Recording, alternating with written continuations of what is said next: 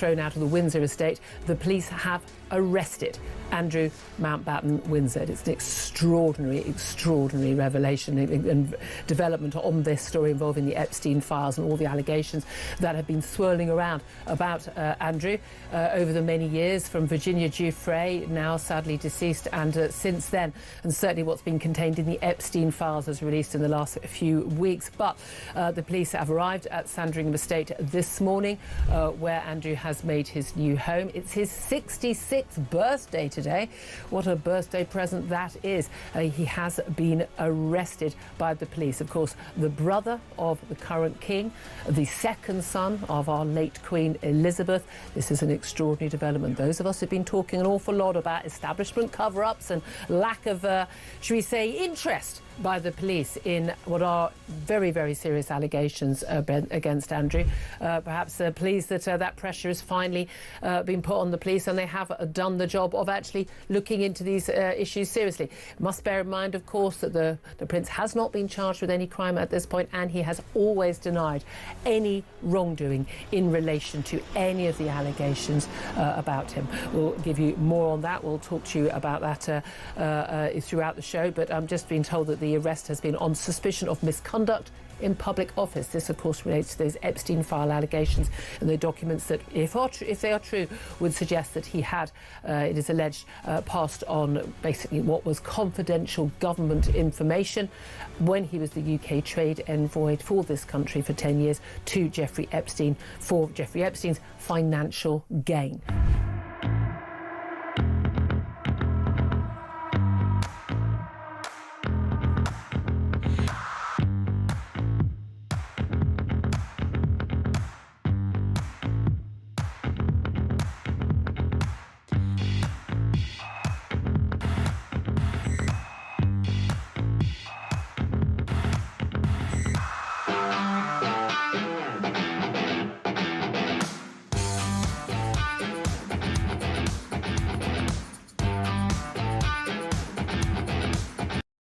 Across the UK, on DAB+, on YouTube, on your mobile, and on your side.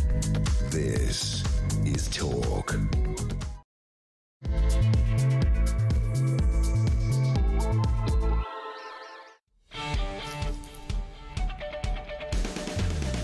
Well, a very good morning to you. Welcome to Talk Breakfast. It is, of course, the home of common sense and the home of the hard-working alarm clock. Brett's 3 minutes past 6. So much in the news today. Thank you for joining us. And as ever, if you want to be part of the debate, that's what this show's about. It's about your views of the news. That rhymed. 0344 419 1000 is the telephone number you need. You can always text us your thoughts. 87222. Damien G-Spot walks into Studio 1 with a cup of tea. Never on time, but he gets it done. Good man. Wherever you're listening over the UK, I don't know if you've just finished a night shift, you're up, you're trying to get the kids ready and sorted, you're trying to rush out the door, you're very welcome. Just make it talk and we will give you the opportunity to have your say. You're waking up to several stories. The main one for me today is the front page of the Daily Mail. This is about the Green Party. The Green Party that are gaining traction. And listen, one thing I've said always about this show, certainly this station, is we'll look at all sides. This is a national party, and some of what you've heard over the last few weeks and months, let's legalise heroin, they literally plan to hand illegal migrants a free house, a wage, and straight away NHS care. Whatever your political persuasion, right, if you sit here logically and go, I'm just about to go to work, or I've just done a night shift, and I'm actually struggling. My bills are going up, food's expensive, kids are a liability, I should know, and I'm struggling. When you read that story and you go, right, so if you come here illegally, let's get that right, you will get a free house, a free wage and NHS care. Tell me how any part of that is fair. It isn't. It's unfair. 0344 419 1000. Text to 87222. This will surprise you. That was not an Elvis impression. That was a French impression. The French are failing to stop two-thirds of small boats. That's not even French. They're failing to stop two-thirds of small boats crossing the Channel, while Starmer this morning, quite rightly, has been told, stop giving them 500 million quid a year. More than 41,000 migrants have reached the UK by small boat in 2025. We've given 700 million quid. It's a complete travesty. Nobody seemingly knows how to stop the boats. Have they got the will to do it? And guess what? 17 degrees out there today. The boats will be coming back again. I've heard nothing. Whilst we've been talking about Epstein and we've been talking about Andrew, I've heard nothing about this government doing anything about one of the biggest problems we have, which is stopping the damn boats. The first two stories today are stories that matter to you, don't they? Illegal migrants being treated better than you and people coming to this country illegally. And talking of which, this is just going to send me right over edge. Shamina Begum is plotting a return to Britain using people smugglers. Jesus. We speak to filmmaker Andrew Jury later, who has interviewed her 6 times and says he's received several messages from her camp. Is that from where she lives or people who represent her? Just thought I'd drop that in. Saying that she wants to return home. I don't mean to be rude at 6 minutes past 6. Sod off. You're not coming here. You shouldn't be allowed here. But judging by the government that we have, she'll probably be welcome with open arms. On today's show, we'll also talk about Peter Mandelson, who had the front.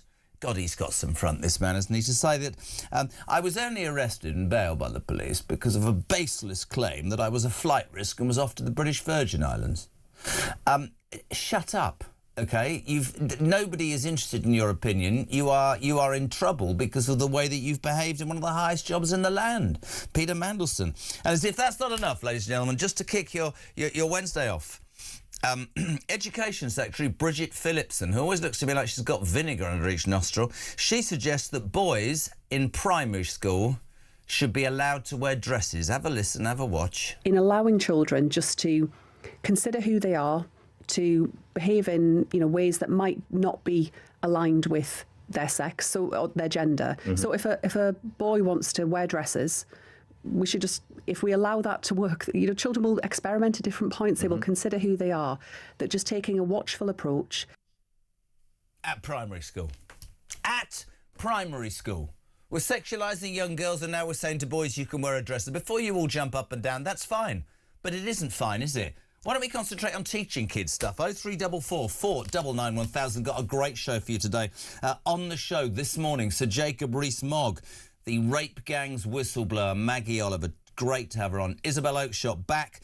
Dan Hodges from the Mail on Sunday, and Andrew Loney and Sir John Curtis will be on, talking about trends and how people are voting. But we start this morning by saying a very good morning to a man who's been up all night and has said to me, after this, I'm going to have a bit of sausage and go to sleep. Well, I was about to say to you, hello, hello. On the back of that accent that you tried. You do not know. I do not. Hello, hello. Charlie Rowley in the house. Why have you been up all night? I have been following the State of the Union address by President Trump, who gave a 1 hour, 48-minute, 100-plus standing ovation speech to his congressmen and women, and it was a delight. Was it?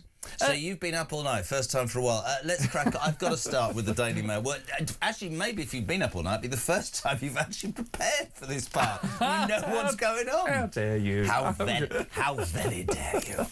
Front page of the Mail, Charlie. Greens plan to hand illegal migrants free house, a wage and the NHS care. And before people jump up and down and say this is an attack job by the Mail and other people, is it not time that the Green Party, who yesterday nationally, I think in the latest opinion poll, were classed as second, is it not time that we actually called out what these nut jobs stand for? Yeah, absolutely. I mean, it would be hilarious if it wasn't so serious in terms of what the Greens are putting forward, some of their policies. I know when people feel that politics is broken in any kind of system, society, country, you do look for alternatives, and you may think that politics is a bit of a joke, but turning to what the Greens are suggesting, which is exactly as you said at the top of the hour, hard-working Brits that going up to this morning, going to work, doing a hard day's graft, getting paid, that tax will be taken, if the Greens ever came close to power, and put directly into the pockets of people that come here illegally. It will go to free hotels, free accommodation, free dentistry. They'll be able to use the NHS for the free of charge. It becomes an international health service, not a national health service. They believe in open borders. I'm going to keep saying this about the Green Party. Open borders, right? Absolutely, absolutely. And it's almost as if there's a magic money tree. You know, we've heard that phrase too many times. We will all pay for all of the crackpottery what the Greens put forward. So whether they want to legalise drugs... Legalise heroin. Can we just have that out? Legalise heroin. Yep. Which does good for who? Who exactly? Who do the Greens... Drug dealers. Exactly. And who picks up the tab for the people who will end up... The taxpayer. Exactly. So everything that they... Whatever fun they think they might be having, whatever liberal cloud of ideology that they think because they think the system has been broken for far too long, they think they've got all of the answers. It is a dangerous step towards a society that will be even more broken down, I think, than what we already are. So yesterday, national opinion poll, Reform 25%, the Greens on 18. Then tell me how 18% of this country, in terms of that opinion poll, a fifth, seem to think this is not crack pottery. I love your word, but serious politics. Because I'll view it serious politics. I've said for the last few weeks, I think the Tories have turned a corner under Badenoch. I think she's probably the right person at the wrong time. I don't think the British electorate will forgive the Tories for another few years. But this is madness. This needs to be called out. You're right. They've had... It's almost, on the one hand, is it just taking the whatsits out of the whole system? But if you interview these people or see, they're deadly serious. That's what makes it even more scary in my mind. Totally. You look them in the eye and they will tell you that politics has been broken for far too long, that the two-party system has been broken in a travesty, and actually they have the answers. And the answer is... It's good English, wasn't it? The answer is. Their answer is to say, well, let everybody... They genuinely believe, and this is what grinds my gears more than anything else, is that there will be people that come into this country that are fleeing persecution. Yep. That are and we've refuge. shown that we do that. And we've shown that we help. Exactly so. But their answer is that everybody that comes into this country, legally, whether it's on the back of a lorry or on a small boat, they must be seeking refuge. And how dare you suggest otherwise? And therefore, it is our duty as a British state to supply them with I would respectfully suggest it is our duty to look after our own first and foremost. I mean, maybe I'm... Dave's got an opinion. Morning, Davey boy. How are you? Morning, Jezza. Dave from Manchester. Just getting into my van, ready to start my day's work at 6 a.m. Listening to your bit about Zach Polanski, and I've got one genuine question, is when are we going to stop indulging this absolute chancer? When are we going to stop giving this guy airtime, airspace? Why are we pretending he is a serious politician with serious intentions? This guy is an absolute joke. Couldn't agree more. I'm ready to embrace and talk about any policy, right? But it is, and I don't usually trump the male. See what I did? Beware the green menace. And if politics has got to a point where people are, as you said, so ultimately hacked off with what's going on that they consider this an alternative, they're very misplaced. And whoever the party is, Labour, Tory, Reform, Restore, needs to get out there and tell these people this is dangerous. Legalise heroin. We've got a government, though, that says it's all right for boys at school to wear dresses when they're 3 years of age. Let's make that point. Love to hear your thoughts on the Greens. Bill in Romsbury, the Greens policy is just buying votes in any way possible. Maybe. But the point is... The point is, there comes a point where you go, hold on a minute, and I think he's absolutely right, the man that was just on, Dave.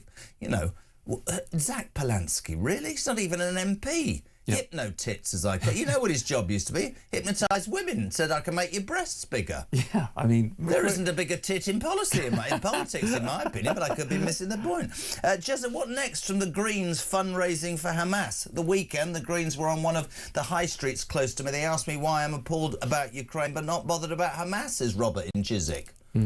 I mean, so they're everywhere. Roger from Wales, lefties will be lefties until they are a victim. This is interesting. Until they're a victim of their own choices. Yep. Oh, and then it'll be someone else's fault. Yeah. I saw an amazing thing online. I don't do all of that stuff, but I don't know what I was doing. Probably sat on the loo or something. And this kid was running around one of these marches about, you know, refugees and all that. And he had a microphone, Christian. And he was only about 25, and a little cameraman. And he asked 10. I don't know whether they were Greens or just lefties or whatever. He asked 10 of them on camera, would you take a refugee into your house? And all 10 of them said, of course I would, but I haven't got the space. Yes. It's just hypocritical rubbish, isn't it, to be honest? Exactly. And this is, again, what it comes down to is what they have, some of these people, is just an ideology that they've had this for years. They've read books and theories of people who have been champions of Marxism, socialism, the far left, that's never had its opportunity, never been able to be in government to deliver for what they would see as a better world for a better people. And then, of course, you get people who...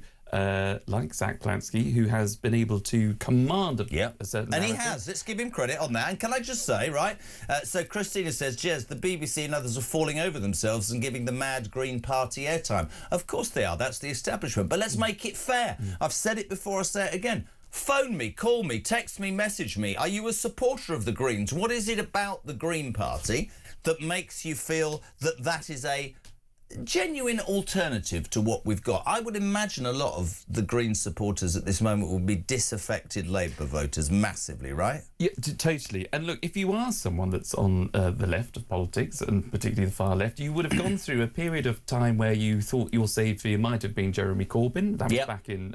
I think 2015 for a bit. He said, for the 2015 general election and the 2017 against Theresa May. That obviously didn't come to pass. You might have thought, even before that, Ed Miliband back in 2010 was the guy for you, who may come back to haunt us. You never know, because he could. He's gone quiet. He's gone quiet, Miliband, doesn't he? Do you know what I mean? And that was 16 years ago. And then, of course, you think, well, where on earth has been, who is my saviour? Who is my... It's not Ed Davey. It's clearly not Sir Keir Starmer, who doesn't have a political bone in his body. He's not a champion of the far left, much to their dismay, because he courted the far left to get the vote to become the leader of the Labour Party. Where do they turn? All of a sudden, you get this, as you say, titillating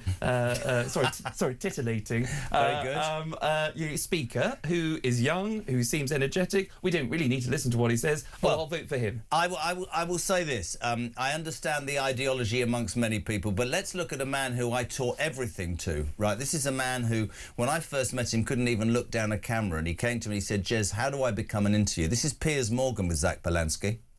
Can a woman have a penis? Yes.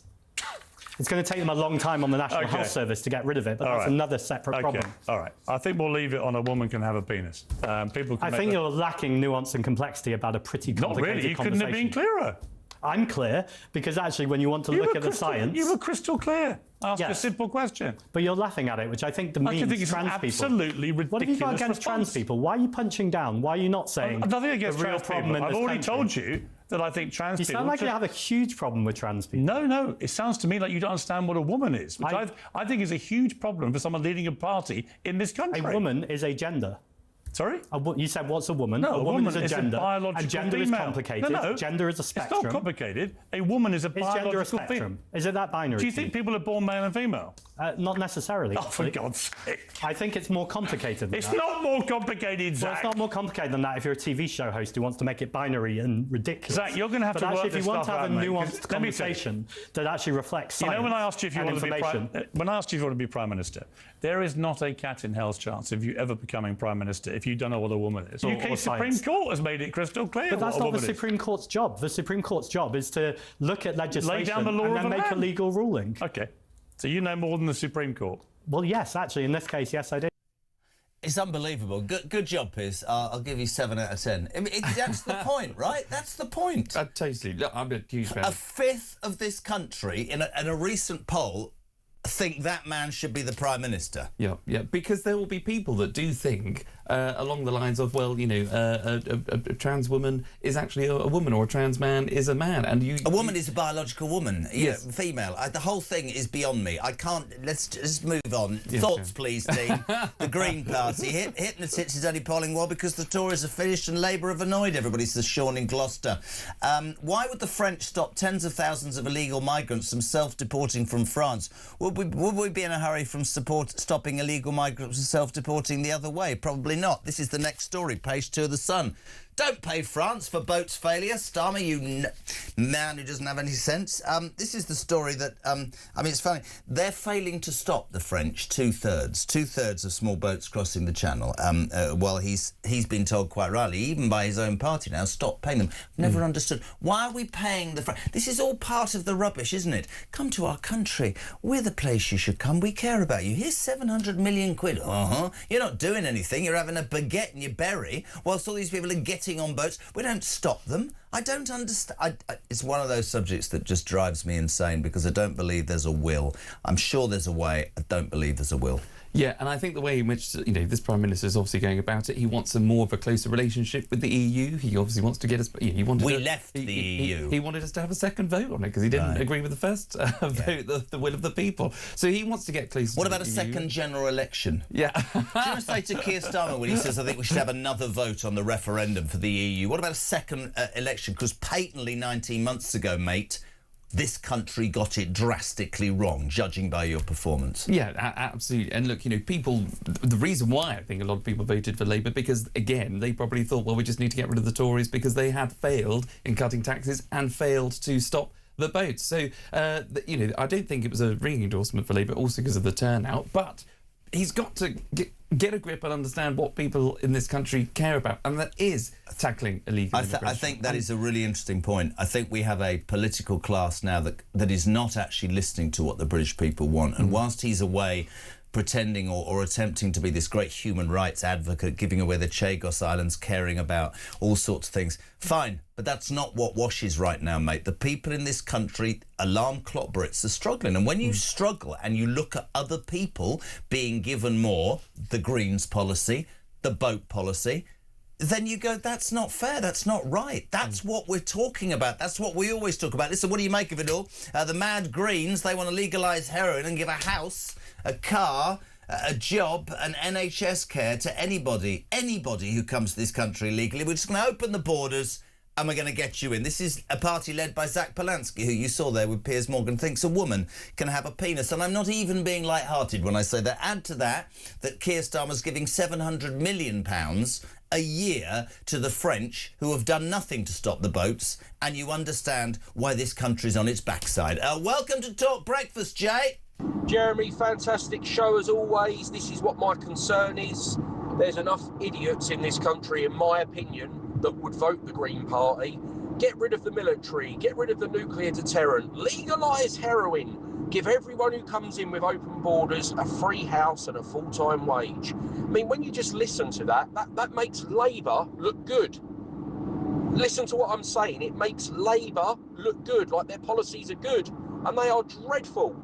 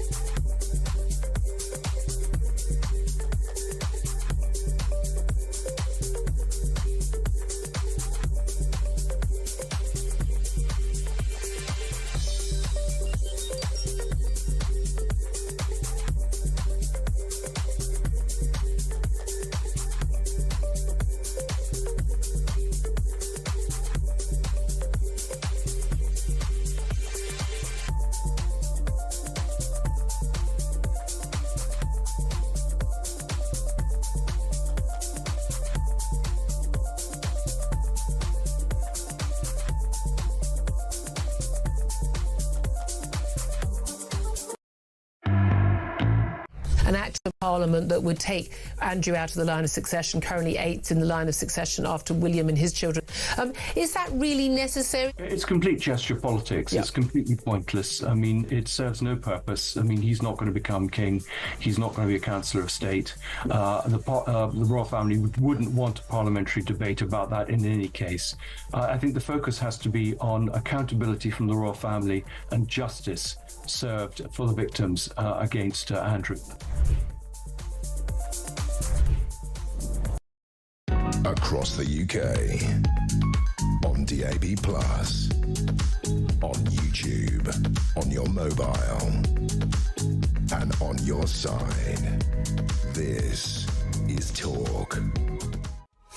Welcome back, 6:25. It is Talk Breakfast with JK here till 10, and you're waking up to the news on Wednesday, the 25th of February, that the Green Party, front page of the Mail, nationally yesterday, the Green Party ended up in second place in a poll.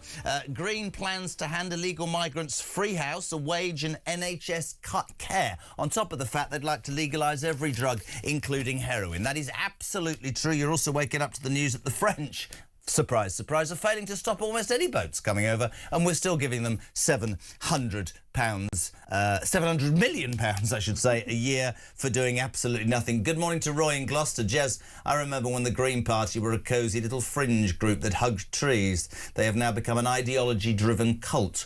All the other parties should stand together to fight against this bunch of loons and stop them getting anywhere near government. Roy, I would simply say this, and this is the way I've always been. I would hope, when push comes to shove, that the British people, Charlie Rowley, have the intelligence to turn against something that is madness. Rob Austin, good morning, Jez. Yourself and the team are fantastic at putting across the thoughts of the right-minded people. I'm 68 years of age, started work on a farm at 11 years old, in the holidays, mucking out and pitching bales. So not work shy and still working at 68. We were taught 3 values in life, Jez: honesty, respect and integrity, and anything less was not acceptable. That was in the days when Britain was great. Sorry, but not any longer. We are considered as weak and as a target for those that can get an easy ride without putting anything in. Unfortunately, the law protects the scum instead of the right-minded tax-paying public. We are headed, in my mind, for almost total anarchy unless something is done soon. Capital punishment, yeah, maybe. Conscription, maybe. Wheat from the chaff, then hopefully only the thing that should happen is people who want to make Britain great again. That's Robin Swindon. I mean, listen, I watched, Charlie, you watched it, I watched Trump overnight, and he's a divisive figure and love him or hate him, but almost the first thing out of his mouth at that union address was, stand up if you think it's right to put the American people first. And the Democrats sat down. Yeah. Which is fine.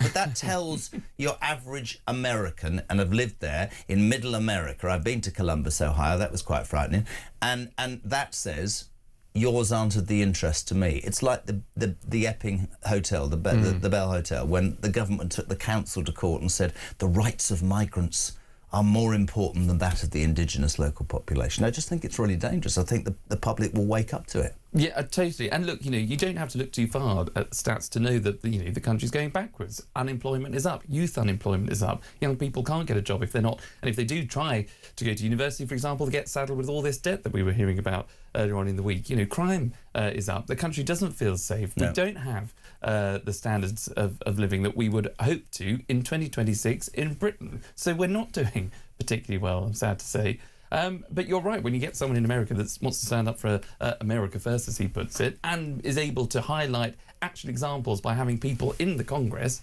who, you know, by pointing to particular people who have served in the armed forces, that have served their country, what he's doing to make them better off, protecting veterans, for example. I mean, we talk about this all the time. Veterans still in this country get treated like, you know, well, God knows what, but they, you know, they're sleeping rough. That shouldn't be allowed. Sarah Pochin's actually just contacted me because she put a video out yesterday about this and made a point, and I'm going to play you that and Zach Polanski's response in a sec. But Paul Messenger says, Jez, in my mind and friends like mine, the Greens are riding on the back of the Gaza vote. Remember, the Muslim vote is getting very powerful. I think that's a point we have to make. We have to make it. I think there were 5 Labour MPs, including Jonathan Ashworth, who lost his seat in Leicester last time, by 5 independent Muslim MPs standing up and saying it's all about Gaza. people can be concerned about Gaza. I would respectfully suggest they should be more concerned about what's going on here first and foremost, but I could be totally wrong. We'll come back to that Sarah Potion and Zach Polanski little spat. Can we talk about women? No. Boys? Well, anyway.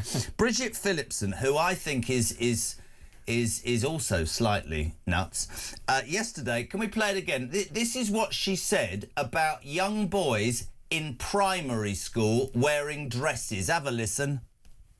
In allowing children just to consider who they are, to behave in ways that might not be aligned with their sex or their gender. Mm-hmm. So if a boy wants to wear dresses, we should just, if we allow that to work, children will experiment at different points. They will consider who they are. That just taking a watchful approach.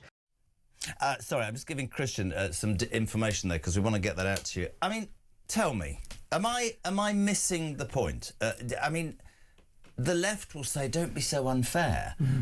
Are we not putting pressure on kids when we think about puberty blockers and we think about everything?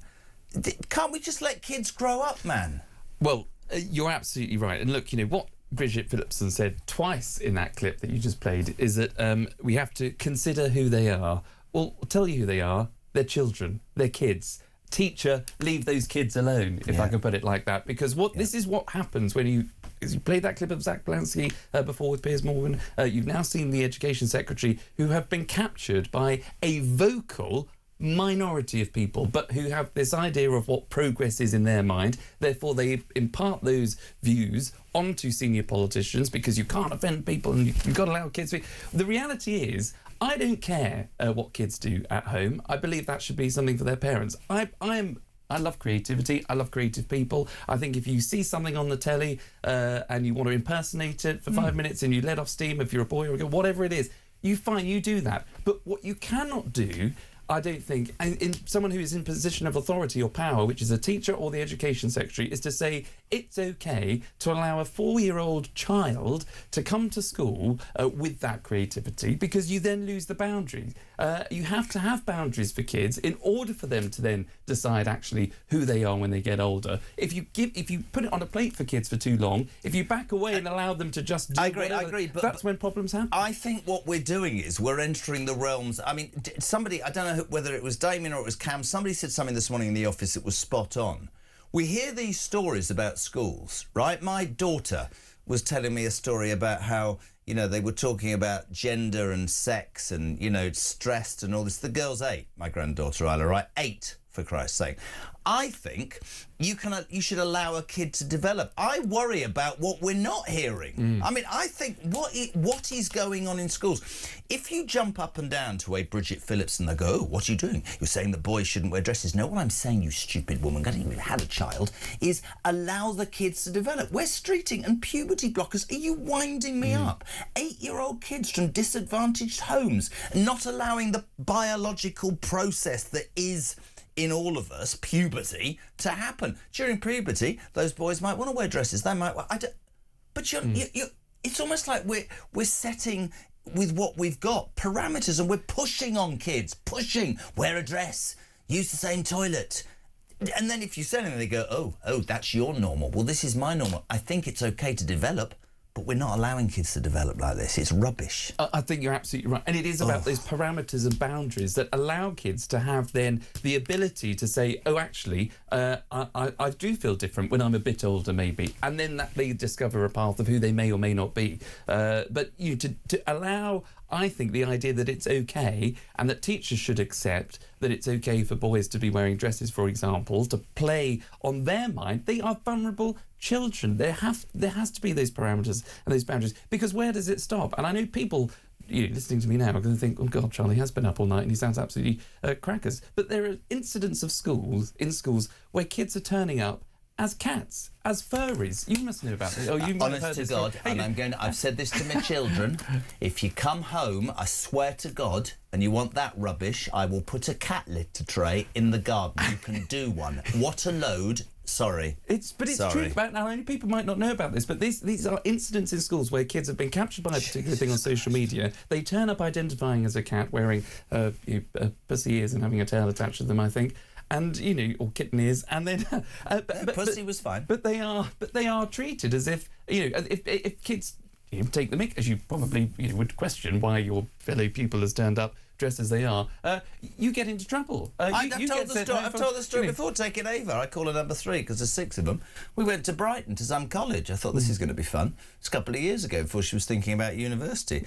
Brighton, interesting. And she said, now do me a favour and obviously don't speak. Keep your baseball cap on and your head down because, the world's a strange place now. And we're sat there waiting to go into this room and the first bloke came past in a pink tutu on a skateboard, and I'm not even joking, took a breath. And then came 2 girls with proper tails and ears. And she said, don't. And I just must have gone, what the? And then I went to the loo and it said, anybody welcome. So I had to pee outside against the car. I'm not even joking, in the car park. The whole thing's nuts. Sorry, kids should be allowed to develop. Let's take Matt, good morning. Morning, Jezza. Matt in Warrington, loading a van. I just want my kids to go to school and learn stuff, not wear dresses, not know what their sexuality is. I want to be able to tell the time, read a book, do some arithmetics. The stuff that we did when we was at school, and if you were naughty, you just got told off. Oh, it's just not getting any better, is it? And I think the Green Party should go back to school as well, because they're a bunch of crackpots. Anyway, great show. Speak to you soon. Ta-ra. Good man, 25 to 7. Sarah Pochin, the Reform MP for Runcorn and Hillsborough, is listening to this show this morning. Good quality choice, Sarah Pochin. Hello to Glyn Sewell. Is Bridget Phillipston having a laugh? Does she know how expensive school uniform is you have to buy once for your child? Who in the right mind is going to then go and spend money on dresses? That's quite true. Yeah, exactly. But boys will dress up. I've got I don't want to get into all of that because I'll go nuts. Anyway, lovely Charlie. Oh, who's this from? Oh, Pat. I'm a lady, by the way. She's presumably, according to Zach Polanski, got a penis. I was so sick and fed up of the trans guy at work using the ladies' toilets, I thought, sod him, and I went and started using the gents' toilets. If it's good enough for them, it's good enough for me. I'm with you on this. I have had this argument until I am blue in the face. I'm not getting into a debate about the trans community, but I would love to hear from all those women who worry about women's rights, who worry about, safety and security of women. Okay, who are victims in many instances. They harp on about that, and I've supported that for years.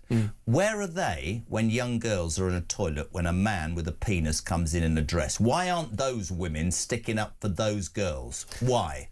Because obviously, talking about it, we must be part of the far right, out of date, brigade. Well, I'm really happy to be part of that brigade because the way this world's going, honestly, I am turning into my father, who's dead, by the way. Just in case anybody wasn't aware, I'm turning into my dad, and I'm proud to because I think we've gone nuts. It's all about. We talk about this all the time, I know, in lots of different issues, and it is just about fairness. No, I am not going to stop someone who might have had a terrible life in terms of not knowing who they are, that want to be someone else. They might be born a man and they feel that they should have been born into the wrong body. Okay, you take all the positive steps that you want to do to live your life absolutely fine. Make a contribution, crack on, have a great time. But do not then take that as a right to override the rights of everybody else. It is just a fact that if you are born as a man, then you are going to have more complications. That doesn't give you a right to enter women-only spaces. You can use the accessible toilet, which is used for people, obviously, with disabilities, but people that want to go and change their kids' nappies. It is accessible for a reason, for everybody that needs to use an accessible toilet. You don't need to start shouting from the rooftops, I am this, therefore I demand this, and I am entitled to ABC, XYZ, 1, 2, 3. That is not how it works. It's about tolerance of people and understanding people's, but it's about the fairness and not overriding one person's rights over and above women. We're very passionate this morning. I'm going to set you a little challenge before I go to the break. By the way, good morning to Louise, who says, you say the British people, Jez, but sadly too many people who have the vote are not British and do not hold our values. Matt in Shrewsbury. Is it Shrewsbury or Shrewsbury? These polls are just not representative of what people want. Who's voting in these polls? Not me, not anyone I know, not your working class man or woman busy running a household with 3 kids and a 55-hour-a-week job. But I tell you now, a large chunk of those voting in these polls will be the entitled, unemployed university kids who spend their entire sad lives in front of screens. Brilliant. Jez and the lovely Charlie. What's going on here? Zach Polanski can say anything stupid. All he's doing is trying to get airtime for himself and his party, but he knows he will never have to follow through. It's a publicity stunt. Morning, Charlie and Jezza. Oh, all right, so now it's your show. Zach Polanski is dangerous until he offers free puppies. I will never vote for them unless he offers free breakfast clubs. That's from Dave in Con. You know, you talked about using the disabled child changing areas. The boys know this story. I've got to ask you this. So years ago on the Jeremy Carr show, we did a test of 10. It was in Manchester, actually. 10, I'm going to say, cafes or areas that you could buy coffee or one a service station, one a cafe, one a school, whatever. And we went and we tested the baby changing units, and how many out of 10 had cocaine on them? 10. Absolutely spot on. I'm going to say, yeah. How do you know that? Well, no, I just assumed it was going to be the most extreme answer. Charlie really knows all about cocaine and has been up all night. This is the Talk Breakfast Show. We're back in 3.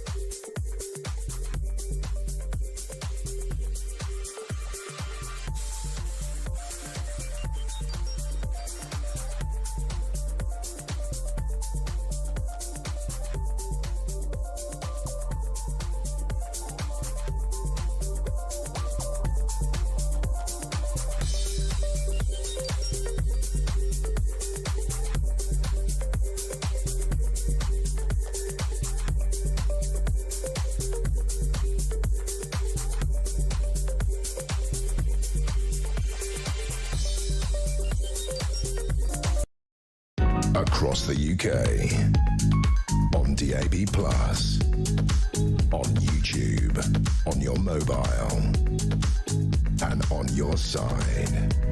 This is Talk.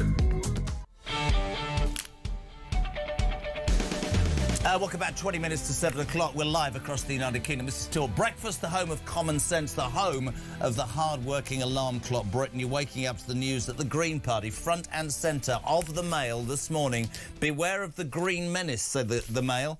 They say they've seen policy documents that say that the Greens would plan to hand illegal migrants a free house, a nice wage and free NHS care. They want to open the borders. Anybody can come. Anybody can get absolutely anything. We're going to legalise heroin and prostitution. We're going to do all of that. And you, the British taxpayer, are going to have to pay for it. Good morning to Wayne. Good morning, Jezza. Glad to have you back. Enjoyed Marky Boy, but boy, oh boy, did I miss my coffee and Carl every morning. Like I said, this house of cards is going to come crashing down. The royal family, Westminster, Whitehall, all their dirty laundry is going to be shown and put to bear for the faceless morons they all are. From the Brexit, from the expenses scandal, to Labour trying to pronounce their white and ministers being sacked left, right and centre for lying, fraud and tax evasion. Brilliant. I just think, to be honest, he's absolutely spot on, Wayne, isn't he? Totally. I think everybody should wake up to coffee and Kyle in the morning. There we go. Shall we cross to America? 3, 2, 1, let's go to LA, to California, to the main lady herself. Kinsey Schofield, good morning. Some might prefer coffee and Kinsey, but I do prefer coffee and Kyle. What about the people that will go to bed and wake up to Kinsey and Kyle? Good for them. I envy their lives. Do you want a bit of Charlie on the side? No, don't. Sorry, that sounds like a Green Party thing. A bit of Charlie. We're going to legalise it. Kins, morning. How are you? I'm great. A lot of stories circulating over here in the United States about the Royals. I apologize for texting you at 3 o'clock in the morning, but I was excited. You did text me. You were excited, but it wasn't about... Anyway, so over here, Andrew, I mean, front page of The Sun today, which is extraordinary. I mean, get off your high horse. This man has been banished not only to Sandringham, but has now been told that he can't go riding or anything. And politically, Kins, you'd know this, there's this whole thing about releasing the files. His house was searched for the 4th day yesterday. That's done. But our Prime Minister is refusing to release all the files, and people are getting angrier by the minute. I mean, the problem for Keir Starmer is that refusing to release the full files on Andrew risks creating exactly the kind of suspicion the government says it wants to shut down. I mean, years of scandal and drip-fed revelations.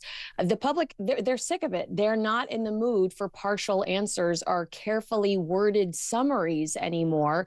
People want the full picture, because at this point, holding documents back, it doesn't calm the story. It keeps it alive. And the longer those papers stay stay locked away, the more people assume there must be something in them worth hiding. I'm so with you. And in fact, I mean, a couple of weeks ago when this whole files thing was talked about and he stood up and he said, oh, you know, we're going to decide which ones, even his own MPs went, we're beyond the pale. We'll talk about America in a minute, but what's happening here, Kins, undoubtedly, is the British people are going, we don't have much trust in almost any part of the establishment right now, whether it's the government or the royal family or our public institutions, and they will demand transparency, including the latest thing, of course, is the removal of Andrew from the line of succession. Have a listen to this. This is Keir Starmer yesterday on that subject. Well, it's important that we let the police investigation run its course, but I can tell you the government is looking at options in relation to succession. I think it's important that we do that with all options on the table. Doesn't make any sense to me, Kins. The guy's got no titles, he's got no life, he's not allowed to be seen. I just do it overnight. I don't understand. I mean, somebody said to me, he's still 8th in line to the throne. That's never going to happen. Get rid. The second I read about the 26-year-old Russian girl in the DOJ dump, that's when I would have been like, we need to get this guy, as you know, I understand that they need to investigate him properly. I understand that Keir Starmer has to say things like that, but the reality is it's guilt by association in the court of public opinion. This guy is a creep, and no one wants to even imagine the nightmare of him representing your country in any way, shape, or form going forward. Did you see that? You know the whole trade envoy job. I might have said this to you yesterday. It's my age, but the whole trade envoy job that's resulted in people saying you've used it to help your friend Epstein and to basically furnish yourself. He was suggested by none other than Peter Mandelson. I mean, they're all up to it. Like this whole sort of crock of lying and whatever. I heard a story the other day. Maybe it was yesterday in the papers. Everybody's always talked about his arrogant attitude, Kins. Apparently, he would bellow at people when he was trying to get women into Buckingham Palace. There was a story overnight that one poor guy who was, you know, close protection security. This woman just turned up in a very small dress, saying, "I'm here to see Andrew." Truthfully, and the guy, well, you've got no security, and he got on the phone. You send her up to my room. I mean, it is extraordinary, and does still further beg the questions we've said for days now. How much was known? That's the problem over here, mate. They think they knew a lot more than they're letting on. Well, Keir Starmer could relieve some of that frustration and stress by releasing these documents, but the fact that he's saying he's going to hold on to them just upsets people even more. Meghan Markle and Prince Harry, with everything that's gone on, we haven't had a chance to speak about them for ages. An announcement yesterday. Go on, try and sell it to me, Kins. This is brilliant. Not. Oh, I don't know if I could even try to sell it to you, but Prince Harry and Meghan have announced a surprise humanitarian trip to Jordan, where they're going to spend 2 days meeting with aid groups and health workers focused on communities affected by war and displacement. The visit is being coordinated alongside the World Health Organization with the goal, critics would say, of drumming up whatever positive headlines the Sussexes still can. A source close to the Sussexes told People magazine, their favorite outlet here in the United States, the couple are pro-family and pro-children, and their philanthropic work reflects this value. In Pro-family? Pro-family? Exactly. Describing Harry and Meghan as pro-family, that feels strangely ironic when they've actively destroyed at least true. Pro-family in theory, in practice, results may vary. Just honestly, the only thing I could think about Harry and Meghan, I loathe her, is they must be delighted that they're not front and centre. And you sort of, I don't know. I mean, there was another story overnight going back to it was royals again. Sarah Ferguson was apparently trying to break into Hollywood weeks before Andrew's arrested for trafficking girls and allegedly selling secrets. What was she going to appear as in?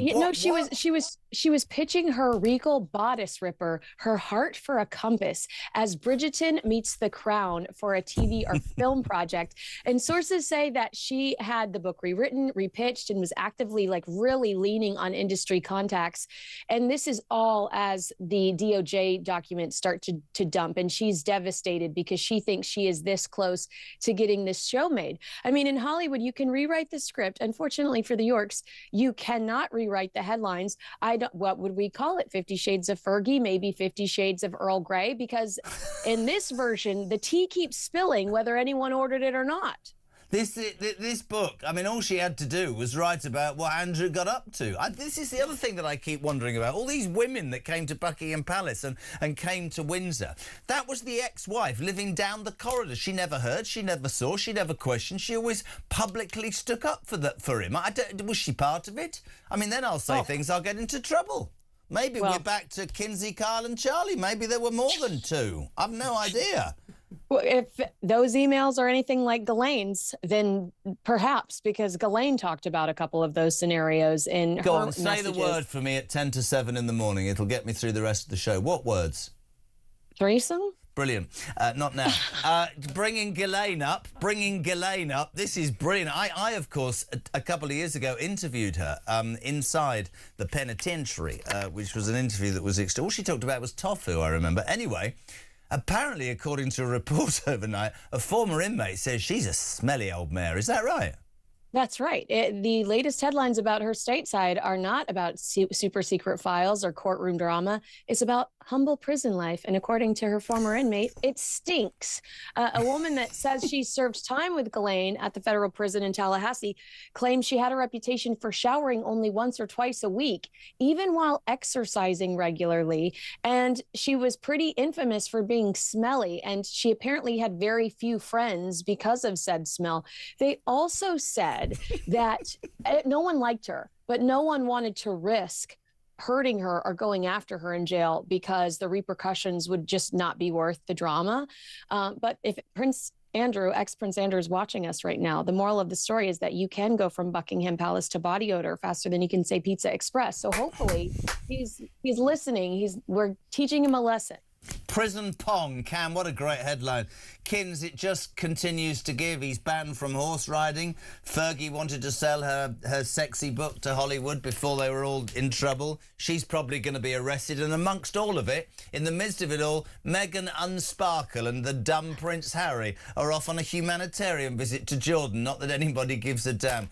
It just doesn't go away, does it? Pro-family. We love you. Me and Charlie, it was a lovely threesome while it lasted. We'll see you very soon. Thank you very much, Kinsey Schofield. We love you. 10 to 7. This is Talk Breakfast. Back in 3.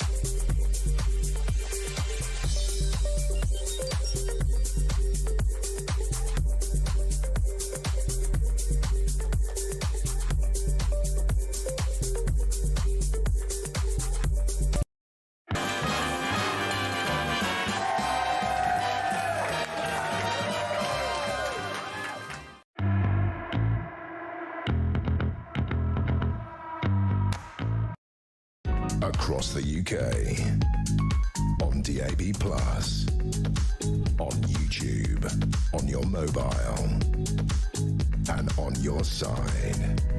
This is Talk. Back 8 minutes to 7, you were taught the home of the alarm clock Brit. You're waking up to the news that the Green Party, the Nutters, front page of the Mail, they're going to plan to hand all illegal migrants a free house, a free wage and NHS care to the detriment of you, the taxpayer. Morning, Dan. Morning, Jeremy. It's Dan from Kent.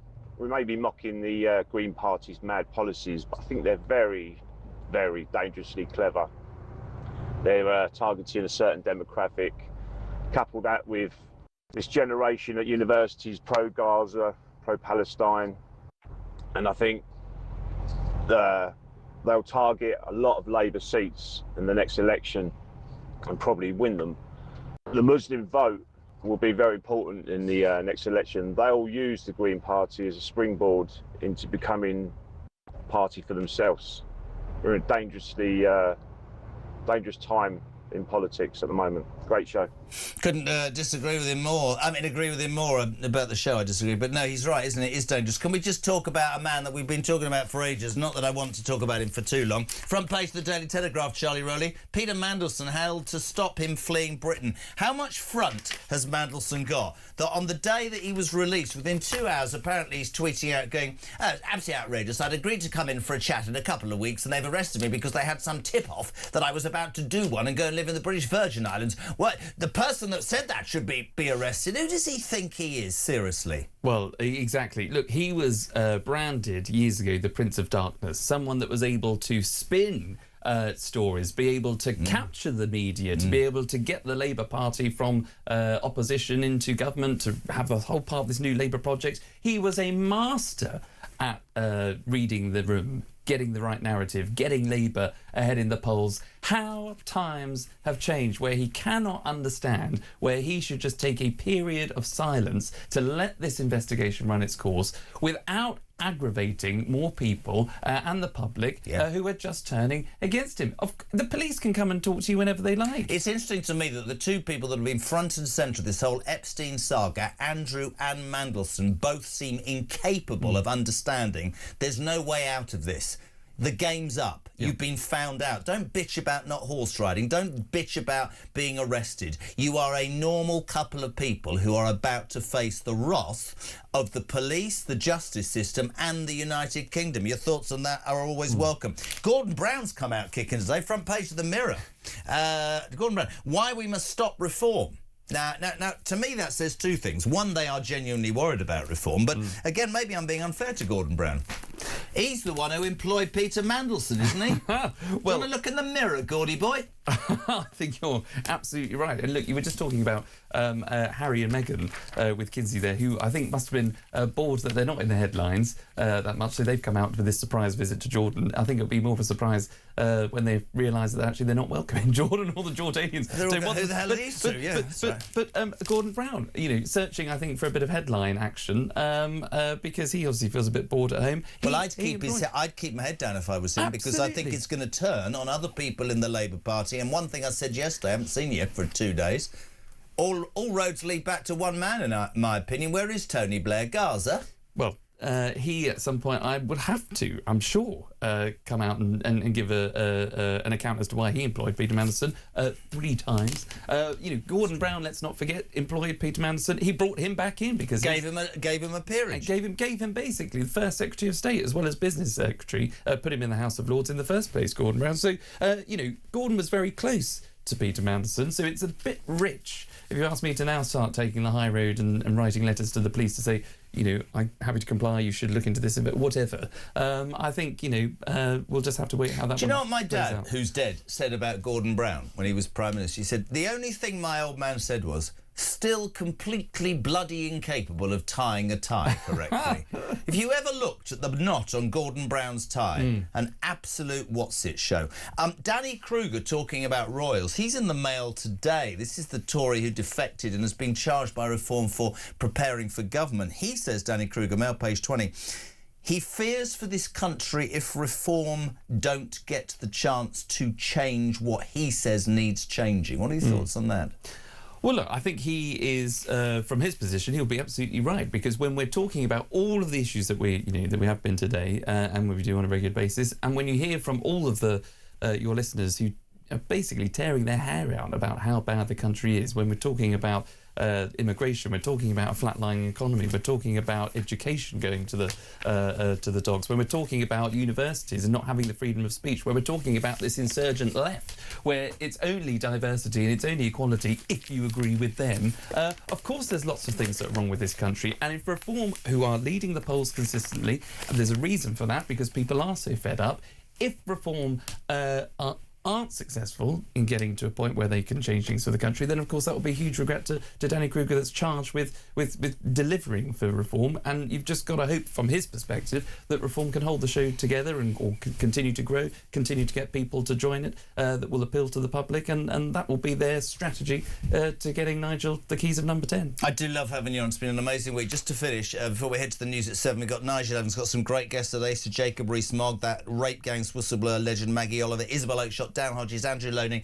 There's a story in the Mail. My wife has just tuned in.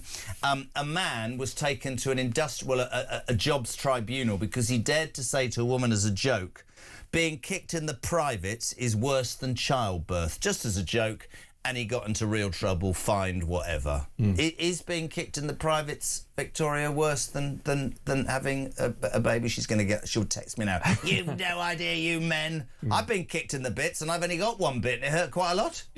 Well, I'm sorry for that. But what a complete and utter waste of time. How much money would have been spent on that investigation? How dare you say that to a woman? Ridiculous. Get a sense of humour, folks. Yes. And just kick people in the balls. Just have a laugh. Charlie Rowley, you've been a legend this week. Thank you so much indeed. Back next week. He's been up all night. Now he's off for a sausage and a sleep. It's almost 7 o'clock. We're live across the United Kingdom. This is Talk Breakfast. My name's Jeremy Kyle, and you're waking up to the news that the Green Party come illegally. We're opening the borders. You can have a house, a car, a job, the NHS. As for you idiots that are going to work today and paying tax, you just keep at it, because we are going to charge you more and more. Nigel Evans, former Deputy Speaker of the House of Commons, live and exclusive next after the news at 7 on Talk Breakfast.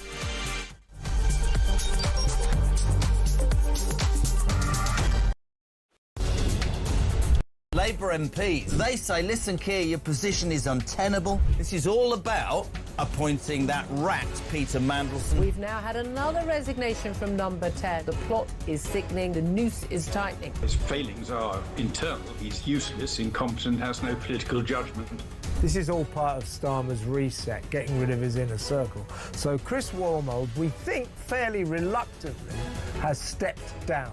What an absolutely crazy week for Keir Starmer. His second cabinet secretary, gone. His third chief of staff, gone. His fourth director of communications, gone.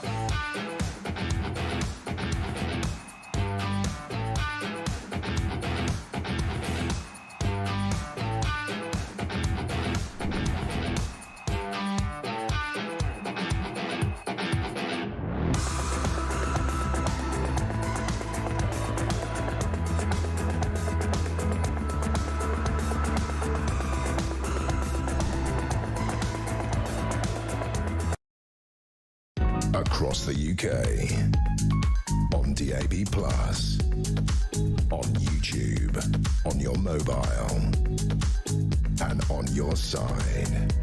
This is Talk.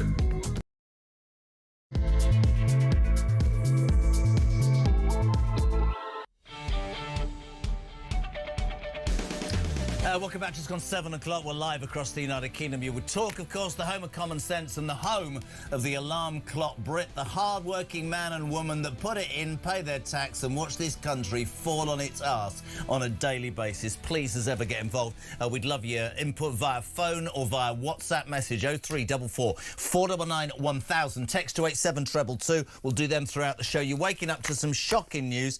Well, not really shocking. Well, it is shocking unless you're a Green supporter. In front of the Mail this morning, the Green Party, they plan to hand illegal migrants a free house, a free wage and free NHS care. We're going to open all the borders, I say we, them, and they're going to legalise heroin. I think it's about time we called these nutters out for what they are. I genuinely do. Yesterday, an opinion poll had the Green Party in second place. Yes, there are disaffected Labour supporters and people have lost trust in the Tories, but genuinely just look at that. Look at where we're at as a country. Donald Trump, love him or loathe him, stood up in the Union address overnight and said to the packed room, stand up if you think we should put America first. The Democrats didn't stand up. What does that tell you? We have to be thinking about what's going on in this country, unless I'm missing the point. They want to open the borders. Let's talk about the boat crisis. 2/3 of small boats aren't stopped by the French. 41,000 boats have come over in 2025. 45,000 people have come over in small boats. We're paying the French £700 million a year still, and we are afraid to tell the truth, which is that nothing works. People are coming in and getting more than the indigenous population. And for those people who go, oh, that's outrageous, no, it's not. We've always been a really decent and nice place that says, come here if you're suffering persecution. But now, the Greens, Labour, almost every political party saying, just come in, and what we'll do is we'll treat you better out of some misplaced guilt or some mad ideology to the people who have been here and have done their job. Would love to know what you make of that. 0344 499 1000. And breaking news in the last 3 minutes. This is good news, and you might think I'm cynical. The average energy bill, the average annual energy bill, I'm delighted to tell you, will fall by 7% in April. Ofgem has just announced that.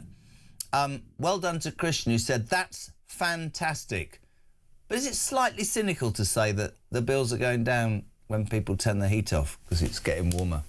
Maybe we are doing this show and becoming more cynical by the minute. Morning, Sean. Morning, Jeremy. Sean from Grimsby. This Green Party, mate, all of them, the leaders, the supporters, every single one of them needs locked up. Quickly. Very quickly. You know, free houses for immigrants, free cash for immigrants, fast-track queues for immigrants, free porn, free prostitutes, you know, free drugs. I question why any bloke wants to make date rape drugs legal. You know, these people are not green. There's nothing green about them. These people are anarchists, mate. And if they get in power, the country will destroy itself. I can't keep a straight face because Christian's just sent me a photograph of Stephen Hawking. I'll keep honestly, I can't on it. Was that in the Epstein? Unbelievable. It was in the Epstein. Ridiculous. 0344 499 1000. Anything you want to talk about this morning, including the news that Bridget Phillipson, the Education Secretary, yesterday suggested that boys should be allowed to wear dresses to primary schools. Have we got that clip? This is barking mad as well. This is the government, not the Greens. Have a watch. In allowing children just to consider who they are, to behave in ways that might not be aligned with their sex or their gender. Mm-hmm. So if a boy wants to wear dresses, we should just, if we allow that to work, children will experiment at different points. They will consider who they are. That just taking a watchful approach.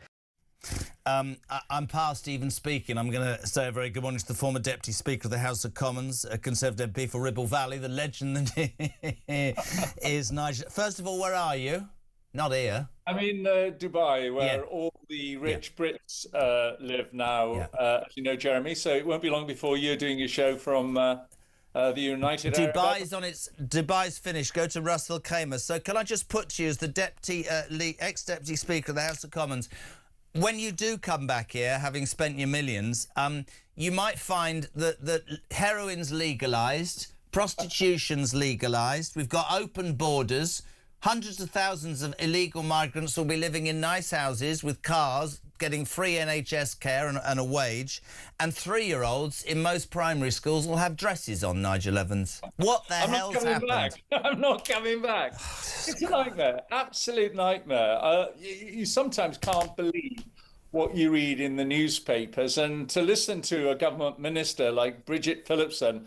You know, she's in charge of the education of our kids, and she thinks it's okay for kids to turn up, like boys turn up in girls' dresses to school. Is she absolutely bonkers? I remember when I went to Geneva School many decades ago, and in the first year, one kid turned up in shorts. My goodness me, was ridiculed. Yeah. You know, never mind a dress. I think the serious side of it, Nigel, and I think I don't want to sit here and say people should be this or they should be that. What concerns me is we have a government and an increasing society, you think of the puberty blockers, which turn my stomach, that are forcing an identity or forcing change on kids who should just be allowed to be kids. Yeah, and we will be picking up the NHS bill for these kids later on in their lives.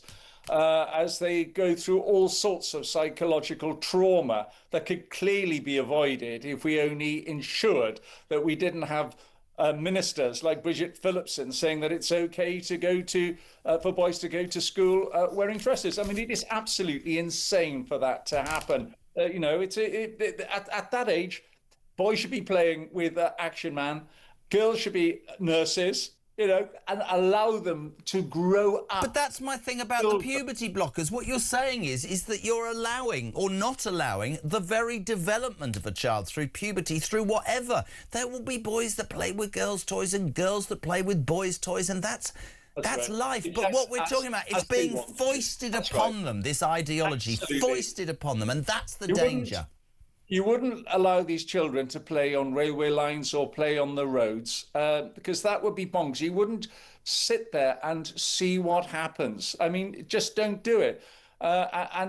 People, as they grow into adulthood, for that very, very small minority that really do have problems, then let them make their own decisions. But wait until they're adults, not when they're children. As you say, people will play with all sorts of things when they're kids, but not boys turn up in dresses, for goodness sake. That is bonkers. Couldn't agree more. Front page of the Mail. You were in politics, in Parliament for 30 years. I feel on the back of that opinion poll yesterday that had the Greens, led by Zach Polansky, as the second most popular party. I do think it's important to read this story repeatedly this morning. In front of the Mail, beware the Green menace. This is a party, Nigel, and I think we've got past the point of laughing at them. I mean, it's serious now. They plan to hand illegal migrants a free house, a free wage and NHS care. They want to legalise heroin and prostitution, and they are second in a national opinion poll. Yeah. Do you remember the days, Jeremy, when we were watching party conferences and the Lib Dems? And the Lib Dem leadership used to be a bit embarrassed by some of the insane motions that the members would put forward, and they could stop them and block them. Now it's quite the reverse with the Greens. You've got the leadership that are promoting these insane policies, and it must be the members that feel embarrassed. I mean, they are the ones who'll try and calm it all down. No, you're absolutely right. Listen, the real problem is that a lot of people out there feel disaffected with the main parties, whether they're the Labour Party, the Tories or the Lib Dems, and they feel as if giving something different a go may be the right thing to do. But all they need to do is read the policies. That's all they need to do, is listen to what the politicians who lead the Greens are saying. And then if they want to see all these... I mean, what's giving immigrants free houses and ensuring that they're going to get money and allow them to work from day one? What do you think that's going to lead to? I've got an idea. It's going to lead to way more people coming in to the United Kingdom on small boats, aided and abetted by the French, another one of the stories that you're playing today, who are absolutely useless at stopping people from coming over. But we're giving them £700 million a year, mate, and they haven't stopped one damn boat, as far as I can see. Yeah, well, that ensures that we know how green the Labour Party happens to be. If they're prepared to give £700 million, when the number of people that are getting through by their tens of thousands, as you say, over 66,000 have entered the United Kingdom since Keir Starmer got elected on a policy of stopping the boats and breaking up the gangs. It's absolutely bonkers. Why don't we do productivity payments to the French? That every time they stop somebody, we give them some money, but every time people get through, we take money off.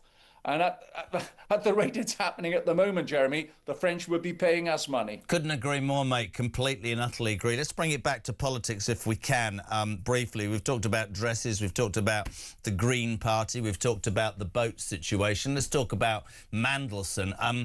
I said when he was arrested, and we have to be careful because it's an ongoing legal situation, I can't wait for him to squeal. Gordon Brown is on the front of the Mirror this morning saying, you know, we need to stop reform. I think if you look at Blair and Brown and the whole establishment and everybody that's associated, they must be quaking in their boots. On being released on bail, the front of this man is to tell a source, and it ends up in the Times, it's disgusting that I got arrested. I'd agreed to go in and chat with the police. Somebody's out to get me. I think he is going to squeal like a pig when he is facing time behind bars, don't you? Yeah, well, I think the reality is most people, and I speak as somebody who was arrested, don't get the choice as to when that happens. There's very good reasons why the police arrest people, normally very early in the morning. At least he got a decent time when he was arrested. You don't say, oh, come on, then let's have a chat in a few weeks' time.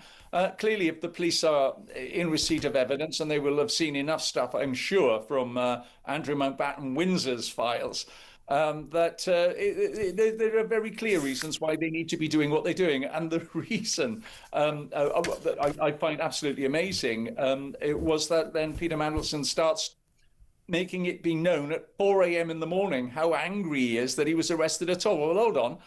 We arrested somebody whose brother is the king, and I don't think we've heard any squealing from him. I'd like to know about the anger he would genuinely or should feel about the victims of what his friend, the paedophile financier, put those girls through for years and years. Nothing about it. It's always about Mandelson. It's always about Andrew. They are both entitled and arrogant and do not see what's coming. And I think that just fuels the anger in this country about how parts of the establishment seem to get away with it. Genuinely. Yeah, I love the description of Peter Mandelson. He was referred to as the Lord of the Files. And I just thought that was superb. And the important thing for all of us is to ensure that those files are made public as quickly as possible. Well, there does seem to be some pushback from ministers like Sir Chris Bryant, who are hiding in the bunker of the police investigation, saying, oh, we've got to be careful, we've got to be careful. Well, I do hope that the Intelligence Committee are going to be the ones that decide what files we see. It's not just Andrew Mountbatten Windsor, where all the MPs kicked off yesterday. It's Peter Mandelson too, and his appointment, and what ministers knew at what time about the relationship that he had with Epstein. We need to know, and we don't want to see all these things redacted, or there's one suggestion that we may have to wait until Keir Starmer leaves Number 10 before we see some of these files. Well, at the rate it's happening, of course, that won't be long. And one of the things, I mean, you're absolutely right, that file story, he's been refusing to release all the Andrew files. He almost lost his job 2 weeks ago when his own MP said, hold on a minute, it shouldn't be down to you. This should be down to the police or the Defence Committee, the Security Committee, as you said.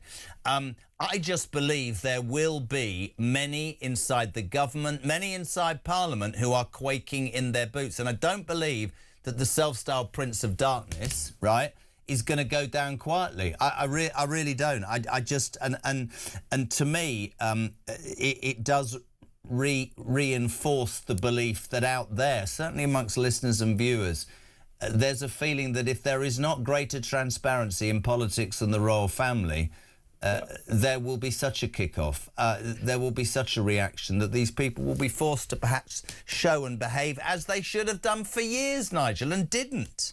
Yeah, I think you're quite right as well, that there will be a lot of people in government thinking, oh, shavings. We already know, for instance, that Wes Streeting started removing a number of photographs of himself and Peter Mandelson.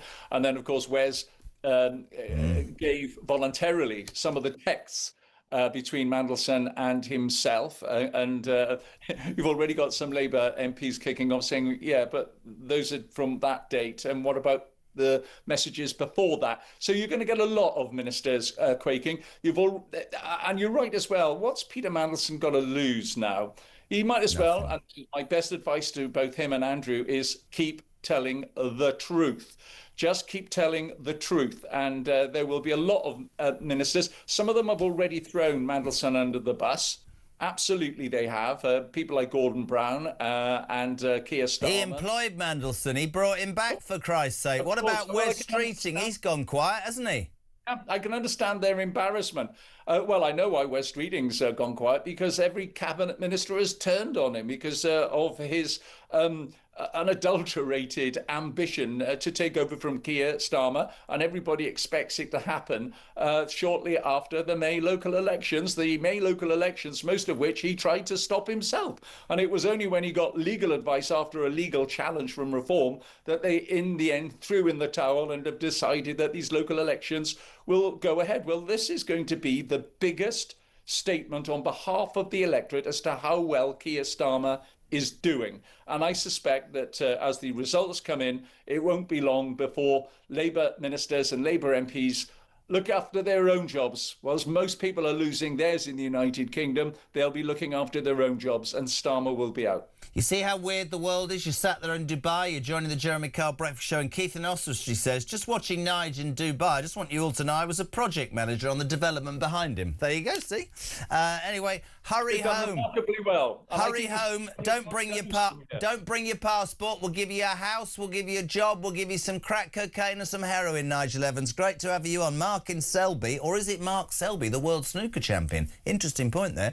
Mandelson looking to do one to the Virgin Islands. I reckon Andrew Mountbatten Windsor's ears pricked up when he heard that. Michael's in Islington. He's talking about the schools thing. This whole boys wear. For me, it's bigger than boys wearing dresses. I said it earlier. I wonder how much is going on in schools that we don't know about. He says, Jez, these people, it's lunacy what's going on in schools. I'm so worried about my boys. I actually have been cut out of their lives and I can't get help to fight for them. What is going on? Sharon Miller, this Eustace government is paying the French 700 million quid a year to stop the boats. Can you tell me a boat that they have stopped? No, probably not. And Zoe in Lancashire. Morning, Jez. So legalising drugs will solve what? This is the Green Party manifesto. Nothing apart from allowing more crime, more fights and rivalry between drug dealers and more deaths on our street due to killings between dealers and buyers. This is a dangerous, dangerous way. It is fantasy politics. Morning, Ian. Good morning, Jez. It's Ian from Onfirth. Where Zach Polanski's concerned, I think sunlight is definitely the best disinfectant. I think instead of allowing him to continually preach to his echo chamber of nut jobs, he really does need to be put on as many interviews and news outlets and everything, so everybody can see what kind of crack pottery this guy is actually talking about, instead of him just being in an echo chamber of numpties. It's absolute lunacy. Anyway, keep up the good work, chaps.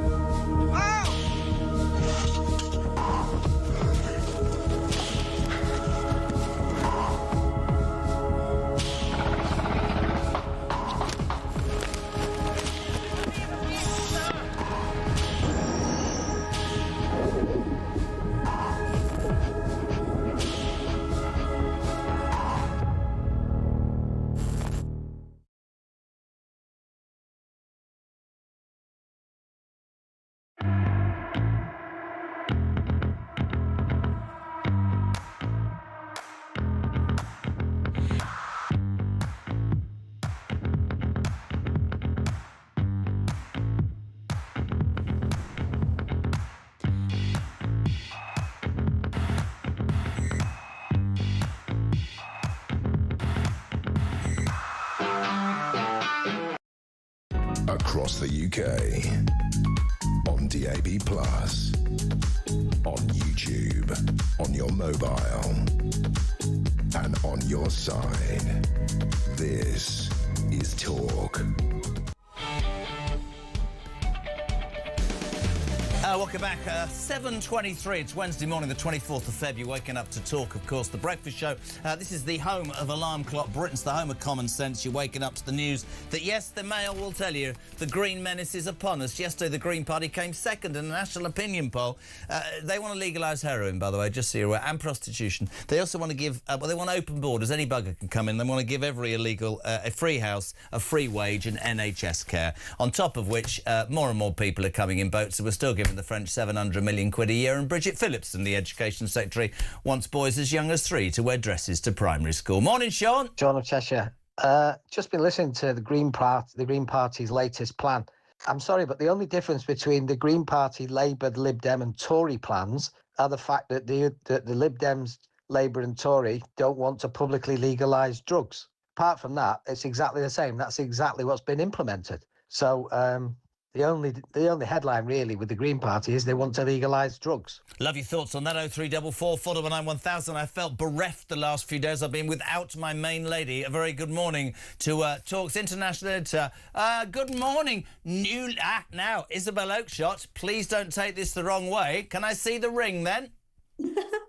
How do we do this? Well, you don't need to put your hand up. I've got a picture already because he sent it. It's amazing. There we go. Ringgate is officially over. Do I get any thanks for pushing him in that direction? That's what. Actually, I think you do get thanks, Jeremy. You do get thanks because I suspect that if it were not for you, this would have gone on right up until kind of the wedding day when he would have just done the wedding ring and he might have just got away with no other ring. So thank you, Jeremy. Don't be silly. Isabel, I've missed you. Honestly, mate, there's so much I want to crack on with straight away. Oh, don't get me started. Let's go with the Greens, then. Let's go with the Greens. Legalise heroin, open borders, and every migrant gets a house, a job, and free NHS care. It's madness, isn't it? It's complete madness. So, unlike Nigel Evans this morning, I'm not in Dubai. I'm sitting here looking out over the glorious Thames, and I back to the UK the night before last, and one of the first things I had to do yesterday morning was go to Euston Station, where I went into the Pret to get a coffee to try to get through the morning experience at Euston Station. And you know who the first person I saw in Pret was? Zach Polanski. I was traumatized. I was like, this is bad enough being in Euston at 7 in the morning. It was like a soup kitchen in that Pret-a-Manger there, with the baristas all yelling at people to stand in line like they were homeless people. And there was, in the middle of all this chaos, there was Jack Polanski. Now, I don't know where he was going, but I really hope that wherever he's going, it's not to try and push the Green candidate over the finishing line to get into the Houses of Parliament, because I fear that people who back the Greens simply don't understand who these party people are. They don't understand what the policies are. I mean, reform is coming across people on the doorstep in Gorton and Denton who say they haven't quite decided how to vote. It's between the Greens and Reform. I mean, like, it's like kind of, you couldn't get two more polar opposite parties. So how is it that the message hasn't got through that the Greens are not some kind of nice party that cares about trees? They are anarchists. But this is my point, and you know that when we're in the middle of a by-election, we have to be careful in terms of broadcasting. The reason I wanted to do this morning was nationally, Isabel. Yesterday, they came second in a national opinion poll behind Reform. And you're right, people can go, oh, the mad tree-hugging Greens. These people want open borders. They want to say to the indigenous population, sod you, we're going to give houses and every bit of care and everything to people who shouldn't even damn well be here. We're going to legalise heroin and create cartels and drug deaths and it's madness, and it needs to be called out. I've never supported the Mail more than this morning. Beware the Green menace. I mean, they're really, really dangerous. And if you think how much damage this Labour government has done to our wonderful, once even greater country, in the short space of time that they've been in power. Well, try multiplying that for the danger that is posed by the Greens. You know, if you think that it's completely bonkers and frankly really sinister for our education secretary, Bridget Phillipson, to be saying it's okay for boys to wear dresses to school, well, imagine that 100 times over under some kind of green regime. It's not going to happen. The Greens are never going to get into power, but we don't want any Green representatives of this madness in government. We just don't. It is dangerous, and it will not do anything other than make the disaster that has befallen our country much worse. You touched upon Bridget Phillipson. I played the clip earlier. I'm not going to play it again because it's awful. But basically she says that boys should be allowed to wear dresses to school. Now, before we get into the whole debate, because people will jump up and down and have a go at you and me, to me it's really simple. You look at that, you look at puberty blockers, you look at... In fact, we don't even know what's going on in so many state schools. I fear for our kids. Why is there this expressed desire to not allow kids to grow up and develop naturally anymore? And as somebody else said, Isabel, they should be being taught, you know, the 3 R's, not being encouraged. I mean, my granddaughter was taken into a class and they had a lesson on stress. And when her mum went, "Go to bed, Isla," she went, no, I'm feeling rather stressed now. We've been taught that at school. What's happening? There's almost this mad ideology in schools. Oh, it's not almost this mad ideology. It is absolutely mad ideology. It is all the way through the teaching unions. This crazy left-wing ideology has gripped our educational establishment. And when schools try to do things differently, as in the greatest example being the Michaela Academy in North London, run by the incredible Catherine Birbalsingh, you know, they come up against the most incredible opposition from the educational establishment, even though Michaela's results are exceptional, outstanding, beating pretty much every other school with often the most deprived intake of pupils. And, you know, Catherine Birbalsingh believes in having a Union Jack flying outside the school, not the rainbow flag. My view is that all schools should have a Union flag flying outside them as part of who we are, our British identity. And I simply don't agree with boys being allowed to wear dresses at school. I think this is a peculiar form of cruelty. We do our little ones and our teenagers no favours whatsoever by enabling extremely psychologically disturbing flights of fancy. Completely. I heard you say earlier, there will be a very small number of people who genuinely have some kind of issue which our wonderfully tolerant society can help address when they're older. But it does not help them in any way to muddle their minds when they're little. You know, my children at the moment in schools in a country where boys have to be boys, girls have to be girls for the time that they're in the education system. The pride flag is illegal. I'm very happy with that for my children because I don't think it does them any favours. They can explore all that stuff later if they really rather want. than having it foisted upon them. We haven't got much time. I know you're busy. I want to talk to you about the charlatan that is Peter Mandelson. This story won't go away. So he gets arrested as you were flying back, I think, and then when he gets released, he's got the temerity to start, you know, quoting various solicitors to various journalists that the arrest was based on complete fiction. I was coming in for a chat. You've humiliated me. It's fundamentally wrong. I'm better than this. You're just doing this because you've had a tip-off. Isabel, you've been in and amongst the politics for a long, long time.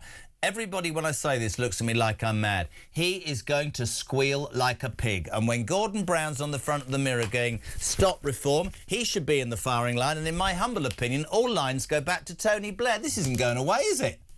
Oh, absolutely not. I mean, I saw a headline in one of the papers this morning. This is turning into Starmer's Watergate. And you're right. You know, Peter Mandelson, that arch spinner, that's how he started out, you know, being a spin doctor. In fact, we didn't really know the expression spin doctor before Peter Mandelson. He kind of coined that whole thing. And he is not going to just take this lying down. He is going to, you know, he is out for revenge. I'm sure of it. And the only thing that's stopping him going further now is probably legal advice not to dig himself into any greater hole. But we've seen there, just by the way he reacted to that arrest. You know, for once, I'd say he's failing to advise himself properly, and actually just, you know, winding his neck in for a bit might not be such a bad idea. Just touch upon this very quickly. You did touch upon it, rather. Starmer's Watergate. He's still refusing to release all of Andrew's files. He nearly lost his jobs 2 weeks ago. We talk about it the whole time, but this, I believe, will finish him off after May. Absolutely, 100%. I mean, it's extraordinary when we think about it. Cast back 2 to 3 weeks, whenever it was, it feels a lifetime ago. We didn't think that Starmer would actually survive that week, and yet he's there. And if things have seemed to have temporarily stabilised, let's see what the outcome is in tomorrow's by-election and whether that helps his position or doesn't help his position. I don't think it's conceivable he can last beyond May, but maybe there is something so wrong with the Labour Party that they somehow can't see that this Prime Minister is doing such devastating damage to our country, and they may somehow stick with him. I missed you so much. Can I have you tomorrow as well, please? Are you around? Let's see what we can do. You're a legend. Have a great day, and I love the ring. Fantastic. Well done. Isabel Oakeshott, Talks International Editor, touching upon there several things. We talked about the Gorton and Denton by-election. It is, of course, tomorrow. There's a thing. I'm very honest. People go, what you say there? We have to... There are things called Purdy you have to do. I need to name the confirmed candidates for tomorrow in Gorton and Denton. Nick Buckley will stand for Advanced UK. Charlotte Cadden for the Conservative Party, Dan Clark for the Libertarian Party, Matt Goodwin for Reform, Sebastian Moore for the Social Democratic Party, Joseph Omiche for Rejoin the EU, Jackie Pearcey for the Liberal Democrats, Hannah Spencer, the Green Party, Angelica Stoggia for the Labour Party, Hugo Wills, the Communist League, and Sir Oinkalot for the Monster Raving Loony Party. On Friday's breakfast show, which I will be doing, we will have reaction to however that works out in Gorton and Denton from voices across the political spectrum. And actually at 9 o'clock this morning, Sir John Curtis, that legendary sort of pollster, will be here to talk about that, and also nationally, that poll I told you about. The Greens are in second place. My God. Morning, Steve. Morning, Jeremy. This is Stephen Hartz. As you know, I work in the social housing sector, so on a day-to-day basis, I have contact with people whose lives have been destroyed and blighted by the evil of drugs. Heroin, crack, cocaine, all of these Class A drugs, speed. I see young people in their 30s and 40s with their teeth rotted out of their faces. Zach Piano Teeth is an evil little man. He needs to be exposed and ridiculed for the nutcase he is. Have a great day, buddy. See you soon.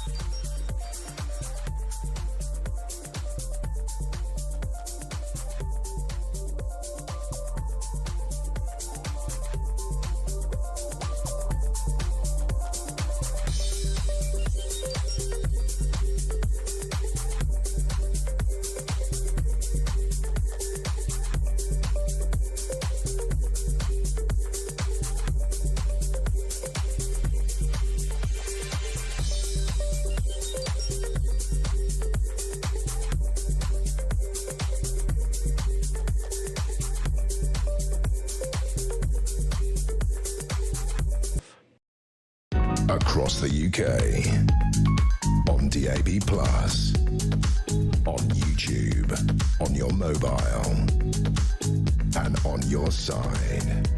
This is Talk.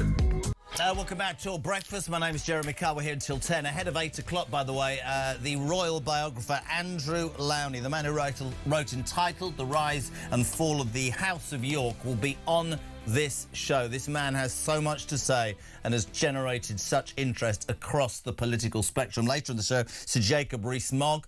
Maggie Oliver, called the whistleblower, Maggie Oliver, the rape gang's whistleblower. Delighted to have her. And the Mail on Sunday's Dan Hodges. All of that on the JK Breakfast Show. But we say a very good morning. We're across stateside, I think Nevada, to Amy Tarkanian, good mate of mine, Republican strategist. Good morning, good evening. How are you? Good evening and good morning. When I woke up this morning and we came, it's the State of the Union address, and of course we know that Donald Trump is a polarising person, but I just want to play a quick clip, it's only 30 seconds. This, to me, is exactly where we are in this country, and this is why the man won the White House.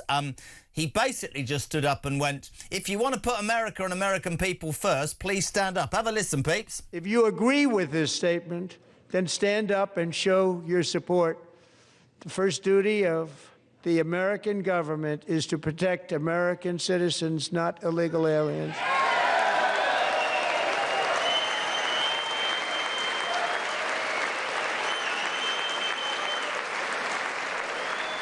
And Amy Tarkanian, not shockingly, but I think it says a lot, every single Republican jumped to their feet and every single Democrat kept sat on the chair. What does that say? Well, it says that we definitely are still as divided as ever. And it's very sad and actually very disappointing that we have people in leadership positions that feel that this is acceptable behavior. You don't have to agree with the president's policies. You don't have to agree with everything that he has to share or his thought process or even his tone or temperament. But this is something that should be unilateral across party aisles, something that is a top priority to make sure that Americans are safe and secure. And this was very blaring to actually watch take place. And they actually fell hook, line, and sinker because from what I understand, they're going to use these clips now for election season. And so these Democrats, by basically throwing these temper tantrums like immature children, it's going to come back and haunt them, and rightfully so. I mean, I think that's the point, and the reason that I say it about over here is we have a party on the rise here called the Green Party, who've literally announced, apart from legalising all drugs, who've announced overnight that they want to hand they want open borders and they want to handle every illegal migrant a house, a wage and free medical care. And my message, and I suspect many people's message, is hold on a second. So the indigenous population that pay taxes, you're 28th in the queue. That's exactly what Donald Trump is saying. And you make the point. You don't have to agree with him. You don't have to like him. Some of what he says and does is madness. But if you stand up and you say that, you've absolutely got your November election campaign in your hand, haven't you? Absolutely, and rightfully so, as I had stated prior. This is something that should be a no-brainer. This should have been a very easy applause line. This should have been, something where it could show the constituents back in their districts that they actually care, that they actually think about them and prioritize them. And we're not saying that the people who come over here illegally are not human beings and that they are less than, but we are a country of laws. There are rules in place. So we have to make sure that we are following, every measure necessary. And of course, we need to put safety first. Completely agree. He also, he sort of boasted of a roaring economy, the State of the Union address. Obviously, he's going to do that. Last week, the Supreme Court, some of the judges that he put in turned down and, in fact, cancelled his tariff policy. What's the truth on the ground in the States? He talks about Iran, he talks about ending world wars, but he came to power talking about changing the lives of ordinary Americans, has he? Sure. Well, I think his intentions are definitely there, good intentions. However, once again, we do have rules, laws that need to be upheld. And so for the tariffs, as example, the Supreme Court said that they were being used illegally because he needed to go through Congress. He couldn't just do it unilaterally. And so this is going to cause a big problem because now you have massive companies like FedEx, Revlon, and Toyota that are now saying, hey, listen, we now need to be reimbursed. And so now that's in the process. And that's probably going to cost the taxpayers even more so in the end.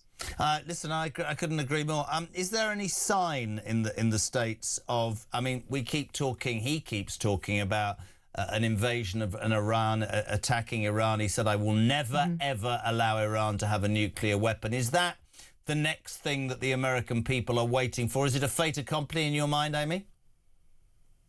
Well, people are holding their breath, and there's certainly hope that's not the case. But this has been going on for decades.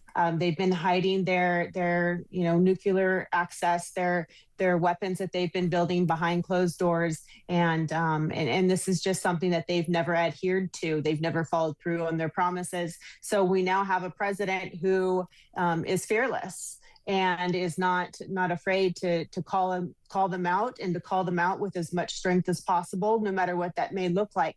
But we are definitely hoping that it does not come to that. It's great to have you on. I know you stay out well late in Nevada. My best mate went to Nevada yesterday, so you probably bump into him. Amy, great to have you on. Amy Tarkadian, Republican strategist there, 17 minutes to 8. One of the things that we set out to do with this show, right, apart from saying, look, it's about alarm clock Brits and people who want to have their say, because that's what common sense should be about. All sides of the argument is, what's really interesting is sometimes when you step back from politics and policies and you get real stories. Now, this morning, front page of the Mail, we're all up in arms. People are going, the Greens, they're mad, they're nut jobs, they want to do this, they want to do that.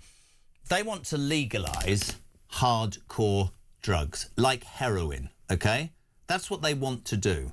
If you have young ears listening, you might want to shield them, because this next call is what I used to do. This is Damien, and this is his personal story. Morning, Damien. Morning, Jezza. Just a quick one about that absolute tool, Zach Polanski, and his plan to legalise heroin. Now, a bit of a backstory. I'm the product of a mother who was addicted to heroin. As a result of that addiction, I spent my most important childhood years being battered from pillar to post around different foster parents, because her drug addiction meant she couldn't care for her children, all 4 of them. Right. I'll never forget one Christmas, waking up, going downstairs, no Christmas presents, mother in bed, because she'd spent the whole night before jacking up to heroin. Now, had heroin been legal, she'd have probably had it more and ended up dead. Thankfully, she's now clean, and I didn't turn out to be a wrong un, because I used her as an example of what not to do as an adult. So Zach Polanski can do one. He's an absolute muppet. Anyway, keep up the good work.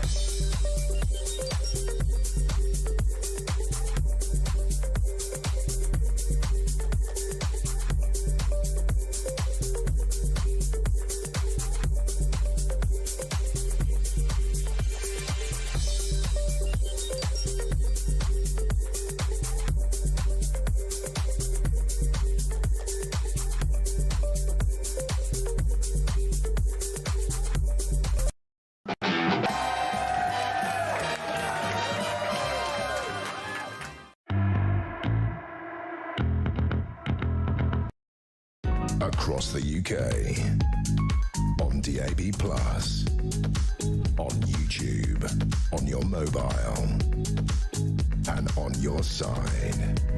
This is Talk.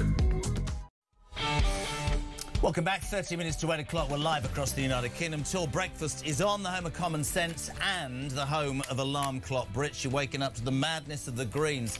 I think that last call from that guy sums it up. It's all right to stand up, is it, and say, oh, I want to legalise heroin, the real horror of hardcore drugs and what it does to homes, families, communities. Zach Polanski, you don't know what you're talking about, apart from wanting open borders and to allow every migrant to have a job and a home and whatever. The old French, though, we're still paying them 700 million quid a year and they haven't stopped hardly any boats. I think 41,000 illegal migrants have reached the UK in a small boat in 2025 last year. And also, by the way, it's 17 degrees for the next few days, so I suspect the old boats are going to start coming again, and Starmer's got no answer whatsoever. You're also waking up to the news that the Education Secretary, Bridget Phillipson, is part of a government that only thinks it's OK to give puberty blockers to 8-year-olds so that they can test them like lab rats, but also it's all right for kids, boys, in primary school to go to school in dresses. That, my friends, is the United Kingdom on Wednesday, the 25th of February. A man who's been an integral part of one of the biggest stories ever to hit this country, of course, the downfall of Andrew Mountbatten Windsor, who now faces a criminal investigation into his links with the paedophile financier Jeffrey Epstein, and is sat in exile somewhere in Sandringham, is the legend that is Andrew Loney. Andrew, good morning, sir. How are you? I'm very well, thanks. Very nice to be with you again. I sort of every day I think, where else do we go? I wanted to throw out, I mean, overnight and certainly 2 weeks ago, these files that Parliament have, all about Andrew, all about the political link to the royal family and Mandelson and all the mess. We still have a Prime Minister, Andrew, who's saying, I'm not going to release them all, it could jeopardise the case. We had Mandelson moaning that he'd been arrested. It's an extraordinary mess. How many more people do you believe will be implicated in this? Well, I mean, there are a lot of people who certainly should be questioned. I think other members of Andrew's family, his staff, his private secretary, but I think also the former heads of UKTI, the former ambassadors, all these people certainly knew what was going on and didn't report it. I mean, when I wrote to, I suppose, 3,000 people, 90% of them didn't even bother replying or said, I'm not interested. And I just hope that some of those people who weren't interested then will be forced to be interested by having to talk about it on oath to Parliament. I think that's the only stage next. I mean, I welcome the fact that some files may be released. I've been trying for 5 years to get them released, but I don't hold my breath that they will release anything particularly significant. I suspect the shredders are working overtime in Whitehall.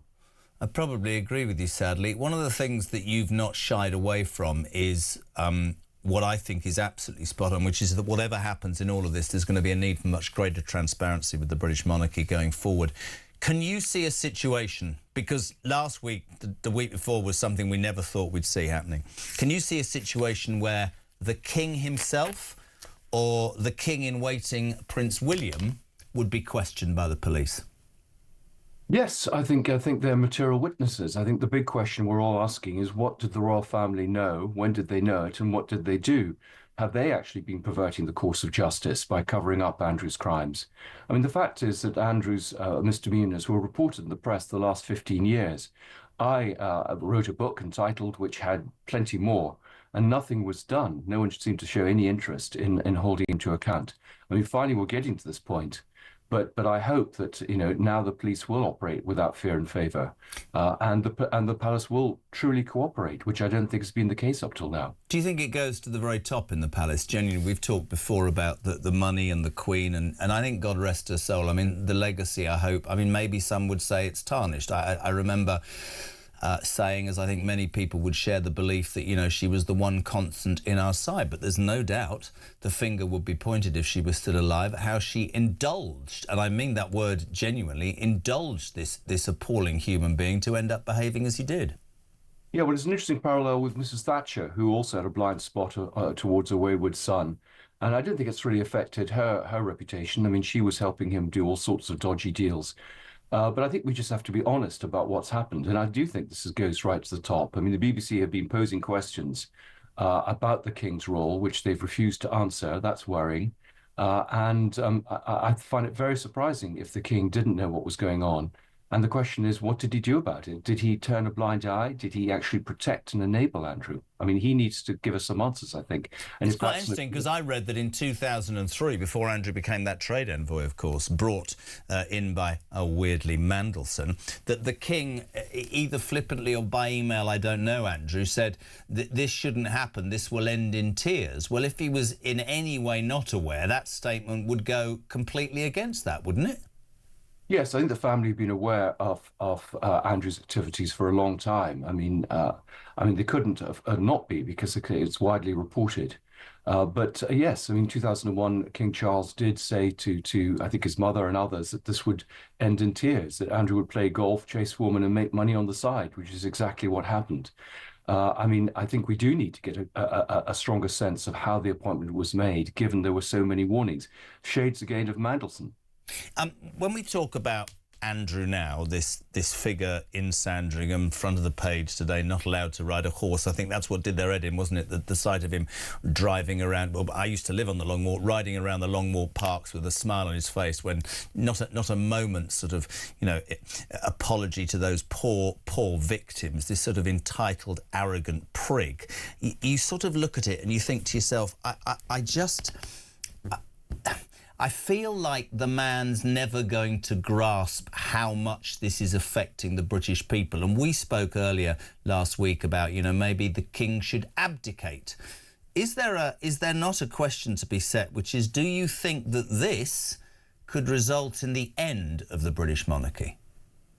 Well, I think it's at a crossroads, and I think if it wants to save itself, it has to be more transparent. It has to, say, cooperate with law enforcement.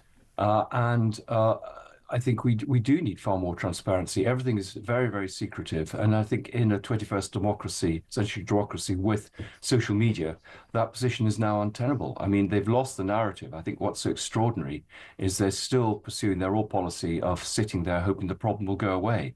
And as you say, it's not going to. I think people feel very angry. You know, there he was looking at investment opportunities in Helmand Province off the back of soldiers' deaths. I mean, it's really shocking stuff. Do you think there will be calls to abolish the monarchy? Well, I mean, there have been calls. I mean, I hope they don't succeed. I'm a monarchist, but I do think that there's corruption at the heart of the monarchy, and that needs to be cleaned out. Yesterday there were some pictures of, I mean, you've been very honest about Fergie and also the two princesses, Eugenie and the other one, who's Beatrice, is it? She was caught, I think, Notting Hill incognito, joining her husband for coffee. Some would say they feel sorry for those girls. You've said that they might well be a part of this whole sorry saga. Yes, it's very much a family business. I mean, I've kept off some of that stuff, but I think if the king feels necessary to bring them close and protect them, then, I mean, these stories about their involvement in their parents' business activities will emerge. Are you saying that they benefited from some of the business deals that their parents got through Epstein and those contacts? You're saying that the girls are implicated in this? Absolutely. Money was put through their accounts, gifts were given to them as a way of compensating their parents. Unbelievable. Sarah Ferguson, you and I both share the belief that she needs to be questioned. We talk about, like, having a sort of level understanding. This woman was desperately trying to break into Hollywood, Kinsey was telling us this morning, literally days and weeks before ex-husband Andrew's Epstein arrest. This woman is so deluded that she thought that she still has some sort of story to tell. Do you think she'll ever wise up? No. I mean, she is a great, well, I describe her as the Houdini of the royal family. She'll bounce back and escape somehow. And because she's completely shameless, you know, and there will be naive people who will pay to buy books by her and watch interviews, she knows that she can always monetize her position. That's all she has. The one thing I wanted to ask you about Andrew, we've seen accusations about, you know, young girls, Epstein's houses, flights, the Lolita Express, and logs being thrown out.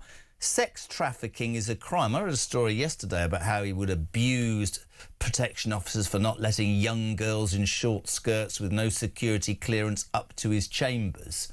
How sordid does it get? I mean, you don't have to say, but how sordid does this tale get?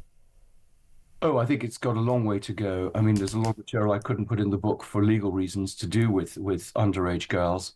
The way I think it's going, I think it should go, is this is a national security scandal. The fact is the royal family were penetrated by Russian and Chinese intelligence because there was no oversight and they were greedy. And I think that needs to be addressed. I mean, this isn't just a story of sexual and financial misdemeanors. It's one about the safety of this country. But there's my point. He was arrested, or rather questioned and arrested over, quite rightly, his role as a trade envoy and state secrets. Why do you think he hasn't been arrested for the sex abuse claims so far? I think sex trafficking is much more difficult to establish. You need to find the victims. You need to get them to agree to give testimony. And the problem is a lot of these women are unknown. They were just a name, a girl on a flight log. A lot of these logs have been destroyed. I think that's one of the other problems. Either amnesia or a lot of destruction of documents. So it's really hard to mount the case and to investigate.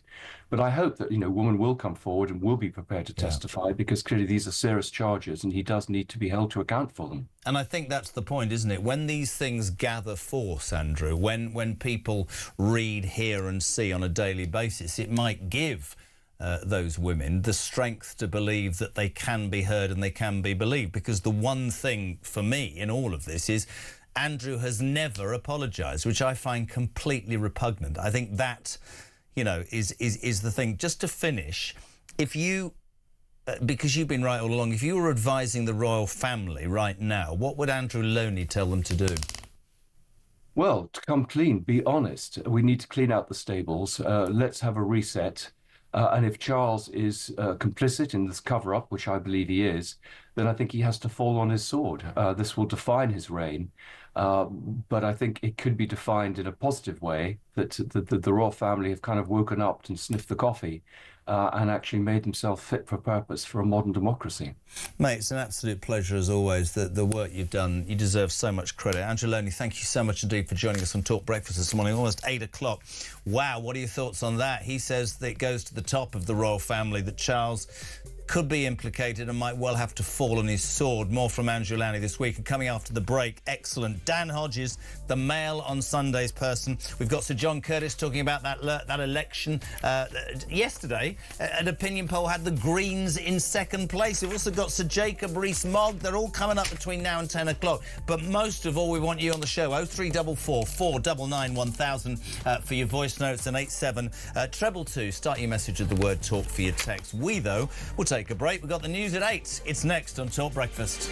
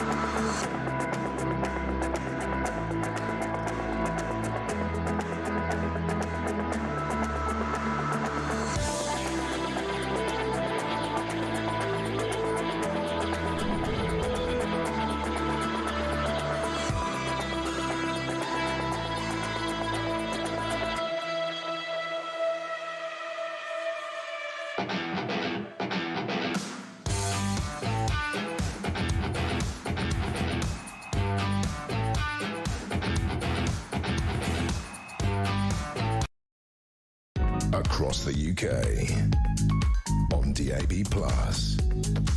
on YouTube, on your mobile, and on your side.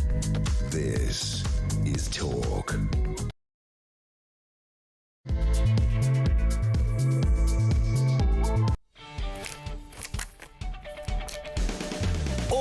had one of those moments. I've looked up at one of the 4 television screens and I've seen Ed Miliband and I've got a little bit of sick in my mouth. Just gone 8 o'clock. We're live across the United Kingdom. This is Talk Breakfast, the home of common sense and the home of alarm clock Brits. It's a beautiful day out there, which means more boats are coming. What are you waking up to? You're waking up to the news that actually finally, and I'm going to salute the Mail, I think that the Mail today on their front page are dealing with a problem that is a problem. I mean, the Green Menace, they call it. The Green Party, who yesterday were announced as the second party in a national opinion poll behind reform. The Greens plan to hand illegal migrants, each and every one of them, a free house, a wage, whether they work or not, and free NHS care.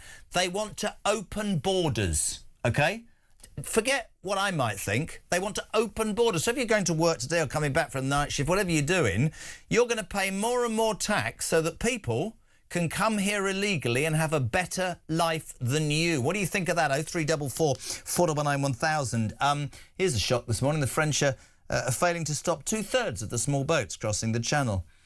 Yeah, right. And Starmer's giving them 700 million quid a year. I don't think they're stopping any. What have we had? 41,000 migrants illegally have reached the UK by small boats since 2025, and a succession of parties, not just this lot, the lot before, apparently don't have the answer. I would say they don't have the will. And then we've got Education Secretary Bridget Phillipson suggesting that boys... Can we just play this? Is it just... She says that boys should be allowed to wear dresses to primary school. Have a watch, have a listen. In allowing children just to consider who they are, to behave in ways that might not be aligned with their sex or their gender. Mm-hmm. So if a boy wants to wear dresses, we should just, if we allow that to work, children will experiment at different points. They will consider who they are.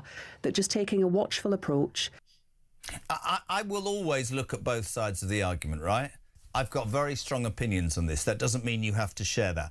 I don't even believe that Bridget Phillipson believes that crap that's coming out of her mouth. I don't even buy that she thinks that. My view, I'd love to hear yours, is that we should allow kids to develop naturally. 3 years old and being told to wear a dress or being allowed to wear a dress. 8 years old and being stuffed full of puberty blockers. For Christ's sake, what are we doing to our kids? Graham, good morning. Morning, Jezza. Great show as always, my friend. Listen, this week young kids going to school, young boys dressed in a dress. Let me tell you now, matey, I live in a village in Doncaster. There is not one mother in our village would send a little boy to school in a dress in our village. I can 100% guarantee you that. Let me just point out, by the way, that boys and girls will play with different toys. Boys and girls will dress up and experiment, I'm sure, at some point. But I worry as a parent that we're foisting upon kids an ideology, and that, I think, is really, really dangerous. Delighted to say a very good morning. He's a Wednesday staple. Love having you on. Commentator, Mail on Sunday. Dan Hodges, great piece today. Good morning, sir. How are you? Yeah, good. Thank you. There's so much I want to talk about. Let's concentrate absolutely for this moment on your latest column. You said, and you'll love this, I was reading it at 2:15 this morning in the car up from the coast. The Epstein cover-up is on the way.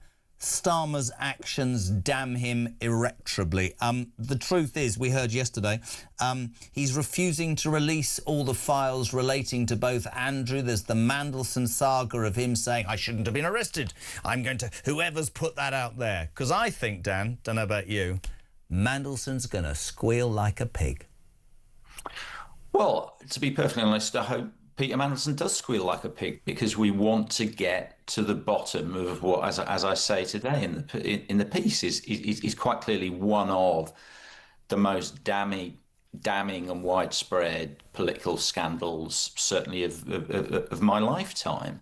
But you say that Keir Starmer's refusing to release all the files. At the moment, Keir Starmer's refusing to release any of the files. I mean, this is the key point. It's been almost a month now since Keir Starmer was dragged kicking and screaming by the House of Commons into agreeing to release all the documents relating to Peter Mandelson's time as ambassador. Now, obviously, we've got a criminal investigation underway, and at the start of this week, Peter Mandelson was finally arrested. But throughout that period, nothing has been released. No documents, not a single email, not a single report, nothing. And the idea that all of this information could somehow prejudice the trial is clearly for the birds. And there are some very, very disturbing elements of this starting to emerge. I mean, one of the key things that I cite today, and I don't think there's been sufficient focus on this, is when Keir Starmer initially said documents would be released, he gave a guarantee to the House of Commons that process would be overseen by Chris Wormold, the then Cabinet Secretary, who Starmer and his allies made a huge point in the House of Commons of saying his integrity was absolutely unimpeachable. He was the perfect person to oversee this process. A week later, Wormold was sacked. Yeah. There's not been enough focus on what this. I read in your article this morning, and I agree with that wholeheartedly, I've always had this argument about the Met Police, right? Don't mark your own homework. The reason the Labour Party backbenchers stood up and shouted quite rightly was, a lot of you in government might be up to your neck in it, Wes Streeting. I don't know, and I'm not going to make assumptions. But you can't decide what's going to be released. It needs to be a blanket release, and you're absolutely right. Because front page of the Mirror this morning, Dan, you'll have seen it. Old Gordon Brown, Jamie, come down. We must stop reform. I'm going to phone the police and tell them to look into all these things to do with Mandelson. You bloody well employed him, Gordon Brown. Many people who have watched this unfold are saying that this will be Starmer's Watergate. Do you agree with that? Yeah, I mean that's exactly what I've written today. If you look, I mean, it may sound like hyperbole, but if you look at the parallels, so we've got this situation where, as I say, we are talking about high crimes and misdemeanors, indeed potentially worse crimes than with the focus of the Great Watergate scandal. We've got documents being suppressed. We've got officials summarily being dismissed. We've had, I mean, obviously Wormold was sacked and was placed with Antonio Romeo. We had this incredible report that Romeo herself has been the subject of bullying allegations, and that members of the Civil Service Propriety and Ethics team broke into a safe to access a report into that bullying. This is back in 2022, broke into a safe, and the report into the bullying has been destroyed. Yeah. Now, if you were writing a film script about this, people would reject it on the grounds it was too incredible. But this is what is now happening in front of our eyes. And as I said, in terms of the release of the documents, we were told a month ago the process of releasing the documents would begin immediately.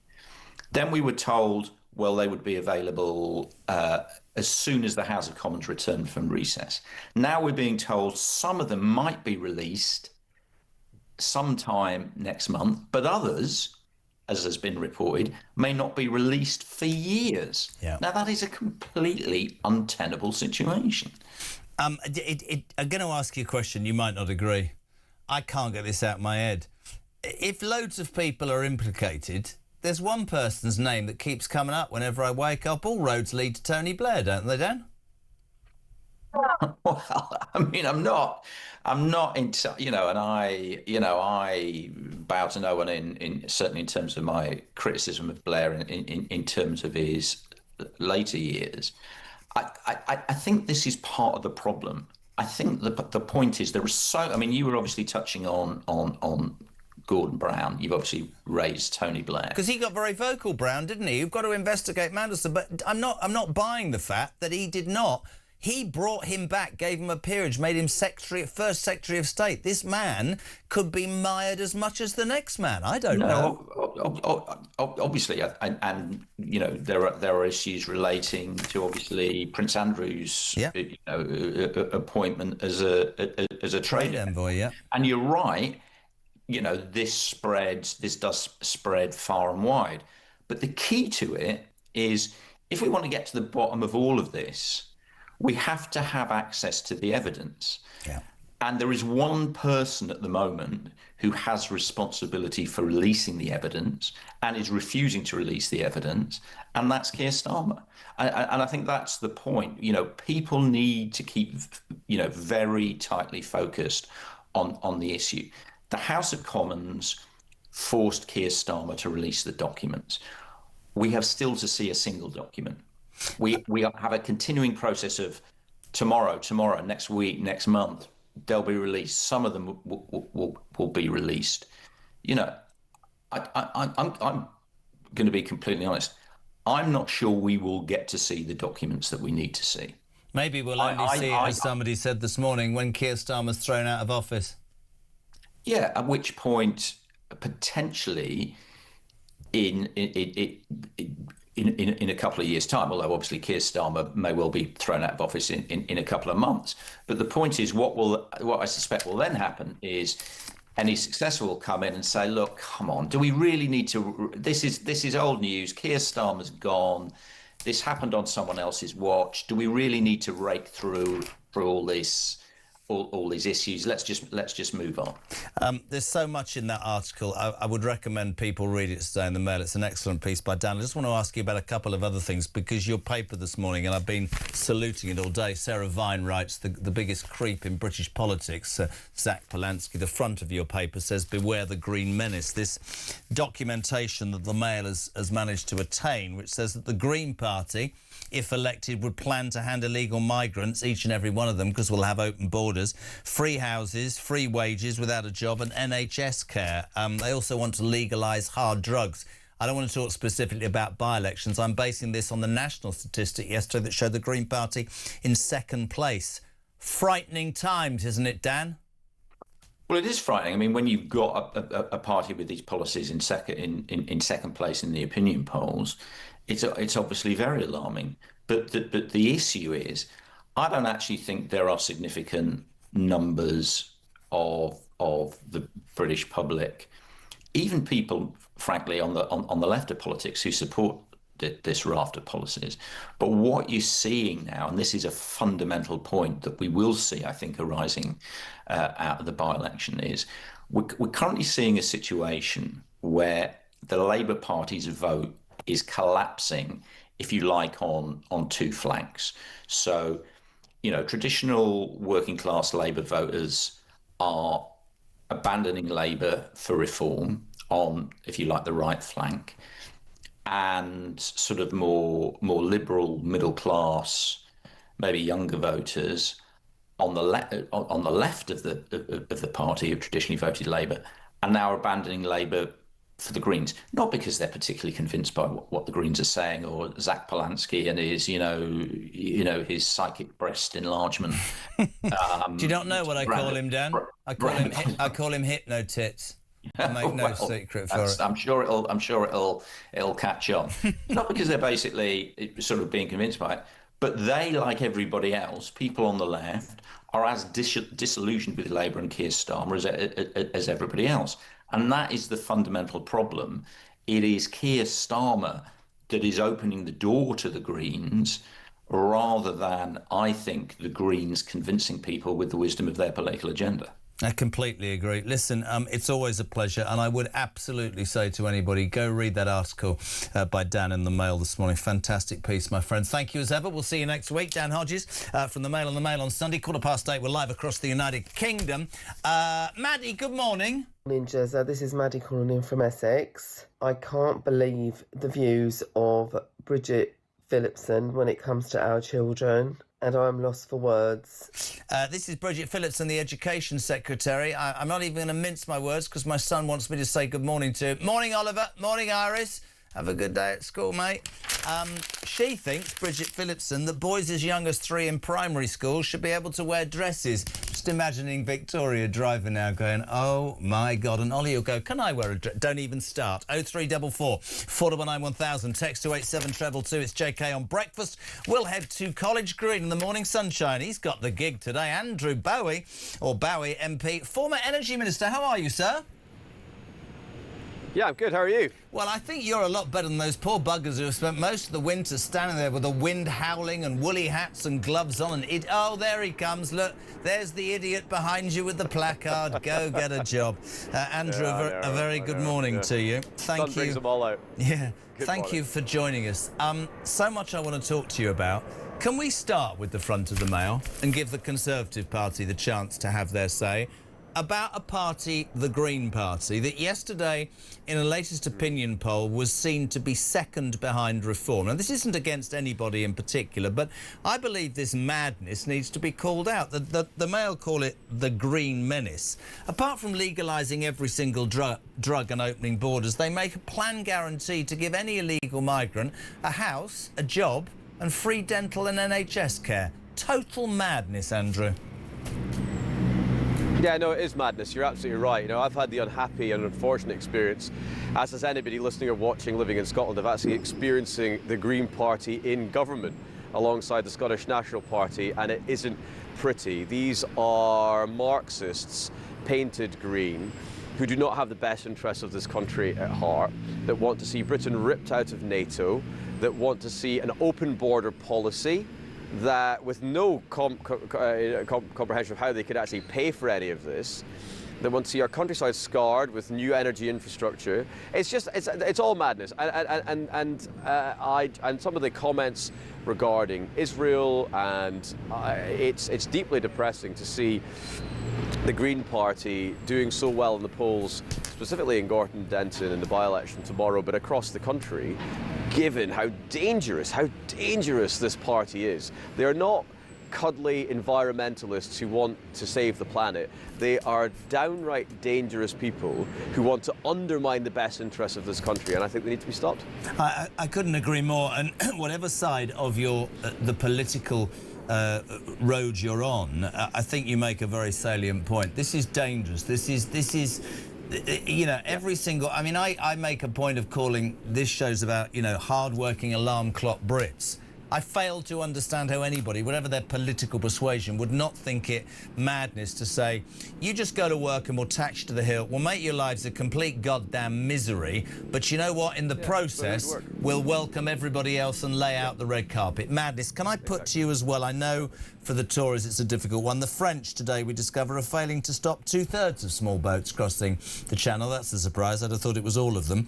We've had 41,000 illegal migrants reach the UK by small boat last year, and that idiot Starmer is still giving £700 million to the French. You should remember this man behind with flag, £700 million of our taxpayers' money, and getting nothing in return, Andrew. Yeah, no, well, this is what comes from getting into government and having absolutely no plan to deal with the crisis that was in front of them. I mean, they came in and they said they were going to smash the gangs and stop the boats. They've done neither of those things, and the numbers of people crossing into this country illegally have gone up every month since Sir Keir Starmer became Prime Minister. Huge amounts of British taxpayers' money flooding into the French government with very little to show for it. And I think that it's time that the government looked at how they're actually dealing with this problem, because quite frankly, so far, we're seeing absolutely nothing change on the ground. If anything, it's getting worse. And what we can't fail to forget is that the very first act of this Labour government was to overturn and scrap the Rwanda scheme, something that took months, if not years of our time in that building behind us to actually get on the statute book, and before a single plane had taken off, with no plan to replace it. I could understand if they had a much better idea, but they had nothing, and they scrapped it before one plane was taken off. So we'll never know if that scheme would have been the deterrent factor that was needed. Frankly, right now, there is no deterrent. People are coming into this country, you know, and it needs to be stopped, and this government needs to very much re-examine their plans to do that, because right now it's simply not working, other than making the French government better off. A big shout it out, and I've only got 20 seconds, but as the ex-energy minister, I just want to ask you quickly, the average annual energy bill will fall by 7% in April. That was breaking news from Ofgem earlier. I cynically said, of course, it's really ironic, isn't it, now the weather's getting warmer. Your thoughts from the Tory point of view, very briefly, Andrew.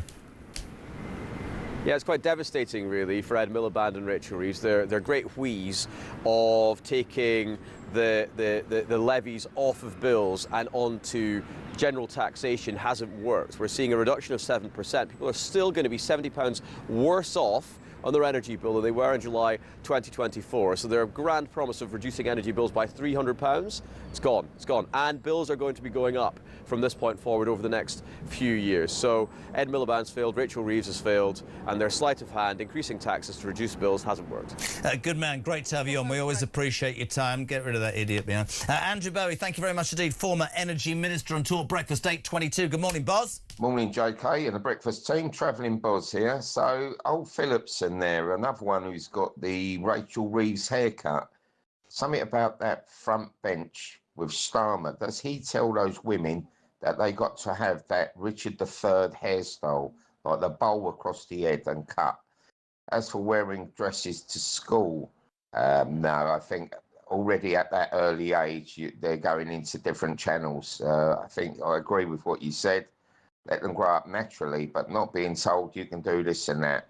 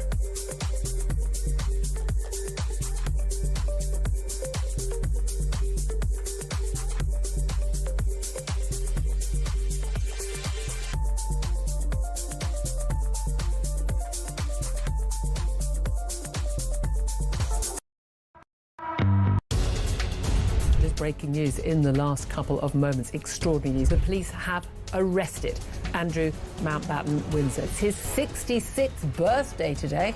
What a birthday present that is. Mr. Mandarin, how long do you think that you can stay on the island? We're going to stay forever. Our rights have to be respected now. We're going to stay. Do you expect Jeremy Clarkson to become a part of your new party? I can tell you, if Jeremy Clarkson decided to darken my doorstep, I would be absolutely delighted.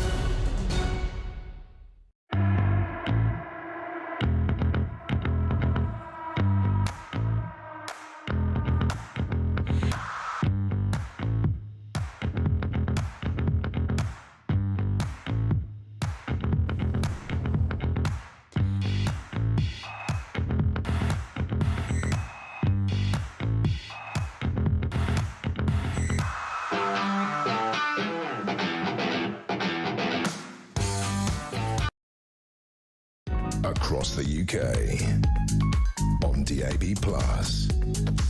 on YouTube, on your mobile, and on your side.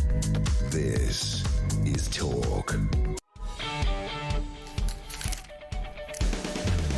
Welcome back. 25 past 8. We're live across the UK. A very good morning and welcome to Talk. It's the home of common sense, and it is the home of free speech and the home of the alarm clock. Brit, thank you for tuning in. So much to come. Sir Jacob Rees-Mogg will be here. Sir John Curtis, the pollster. We're heading, of course, to that by-election tomorrow, Gorton and Denton. I will give you the list of candidates that are standing. You will understand from a broadcasting point of view that we have certain rules. Other people can talk about it. I can't. We're going to cross now, unfortunately, with a technical issue. We wanted to see his chops, but we'll only hear his dulcet tones. Oliver Harvey, chief feature writer for The Sun, live from Gorton and Denton. Good morning, Oliver. Hi, Jeremy. How you doing?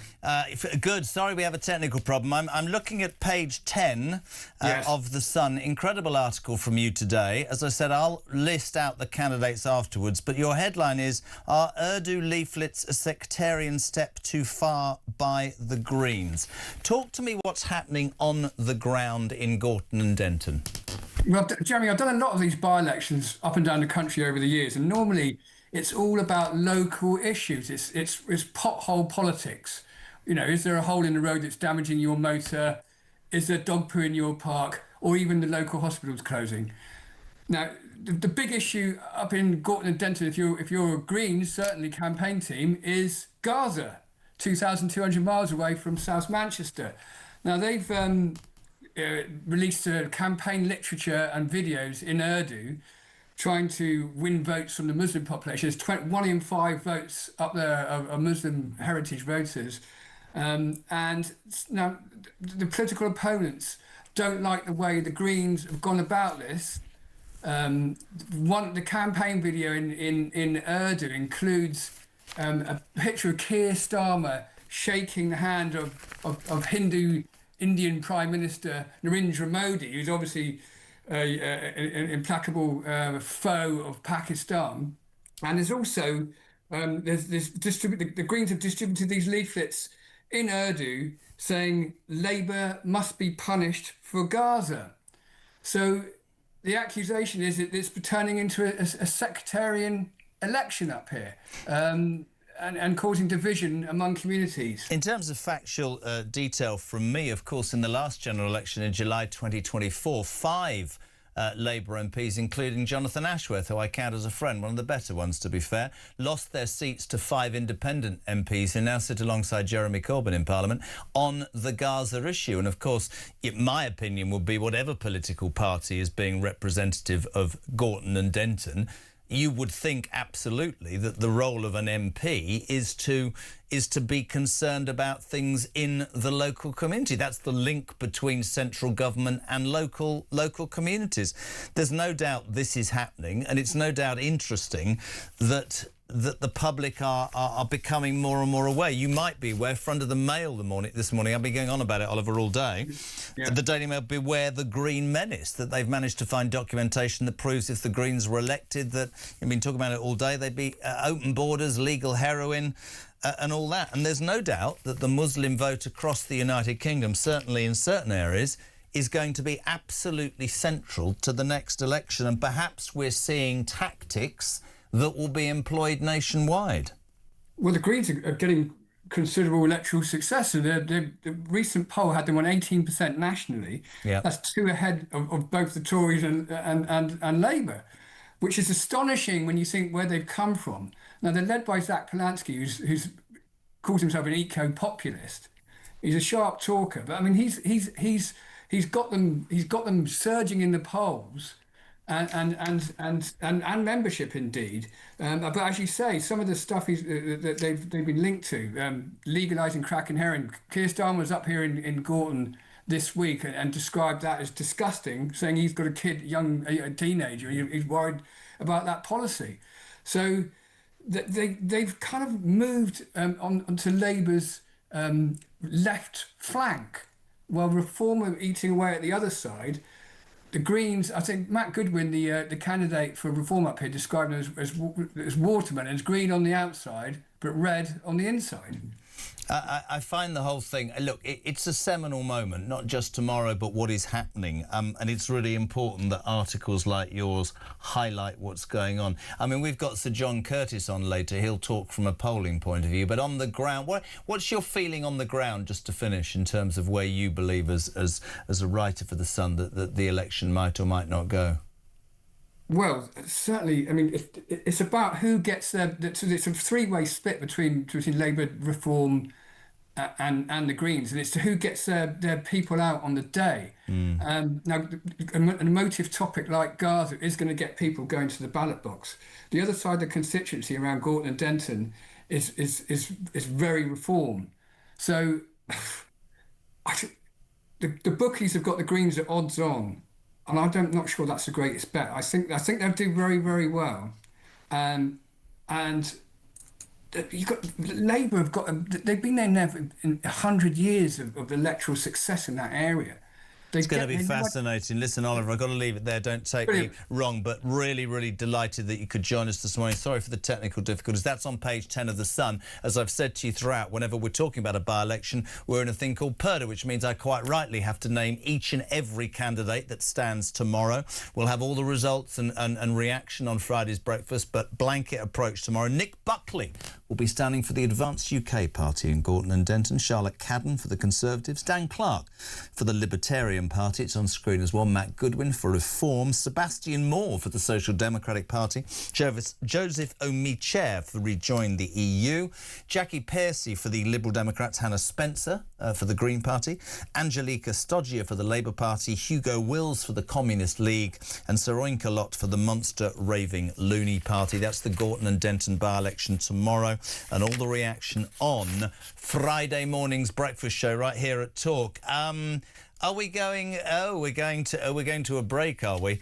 Next guest is, to me, just like a shining beacon of what we should be as human beings. This lady was a very successful police officer woman, and she was so appalled by what she saw in the Manchester area in terms of child abuse, rape gangs, that she gave it up and became a whistleblower. We're delighted to have Dame, I think, is she Dame yet? No, she should be. I'm going to call her Dame Maggie Oliver next on Talk Breakfast. Karen, hello. Bridget Phillipson. Oh, let's all wear dresses. It's not about where you can wear a dress to school, become a unicorn, or go to school as a cat or a tiger, or whatever you fancy that day. It's about education. You need to be teaching your children. The only thing this government's ever going to give you for free is your education. So take every possible advantage of that. Do well. Don't go to university. Go and work in a firm. Work your way up. Just so that you can buy a house, maybe.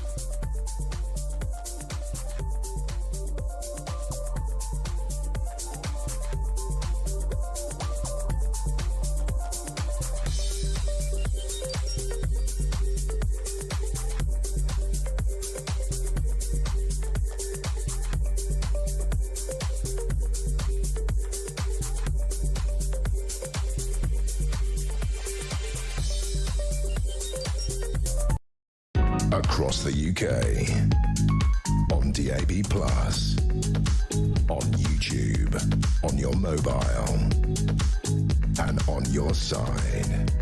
This is Talk.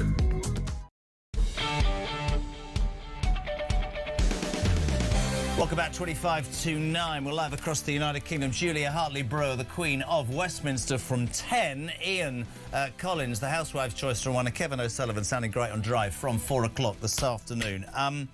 One of the things that has sort of been a steadfast feature since we started doing the show, but in fact for this station for a long, long time, and it's so important, is the grooming gang disgrace, the rape gang disgrace that's been manifest across this country, that still this government, and governments before, I should say, have refused a public inquiry. Starmer's still under pressure. And one of the things that we picked up from listeners and viewers is that there is real concern that whilst there's so much attention on Epstein and the rape gang, on Epstein and the paedophile, how it affected so many sad and poor victims, and Andrew being dragged in and the politicising of it all, what about the rape gang victims in the United Kingdom? Well, here's a woman who has forever made that the #1 part of her life. Maggie Oliver, where have you been all my life? How are you? Good morning, Jeremy. I'm fine, thank you. Getting old and grey, waiting for change to come, I guess. Great to see you, my darling. And I'm right. I've said again and again, what you set out to do and what you do says an awful lot about you. You said recently on a podcast that you believe that the grooming gang's cover-up was deliberate. What do you mean by that? This was not a mistake. It was not a few officers who were not trained, inexperienced. For me, there was a deliberate not even an attempt, they succeeded to cover up what was happening in many, many towns and cities throughout the whole UK. I mean, I first found out about what's going on back in 2004. Before then, I had no idea that we had gangs of predominantly Pakistani men, Muslim men, targeting, raping, gang raping many vulnerable children. But what I know now, 20 years later, is that that was not a mistake. You know, it was a joined up decision taken probably at the top of government, although I've no paperwork to prove that. I believe it came from the Home Office. This is not a political point either, Jeremy, because, you know, for 10 years of my fight, since I went public in 2013, Conservatives were in power. So, the book stops with all of them, with chief police officers, with heads of councils, social services. We hear a lot more now because the public are aware. Let me jump in because the line's not very good. Can we just try? Mags, we're just going to try you back because I'm desperate to hear what you're saying. It's always the fact, and people who go, "Oh, it's just listen." That's broadcasting. It happens. What Maggie is saying is that this was a deliberate cover-up, and I'd love. I mean, if you want to set a question to Mags, just send us a text now, 87222.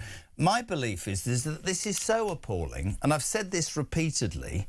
And this goes back so far, as she says. This isn't just on Starmer's doorstep. This goes back across successive governments, OK?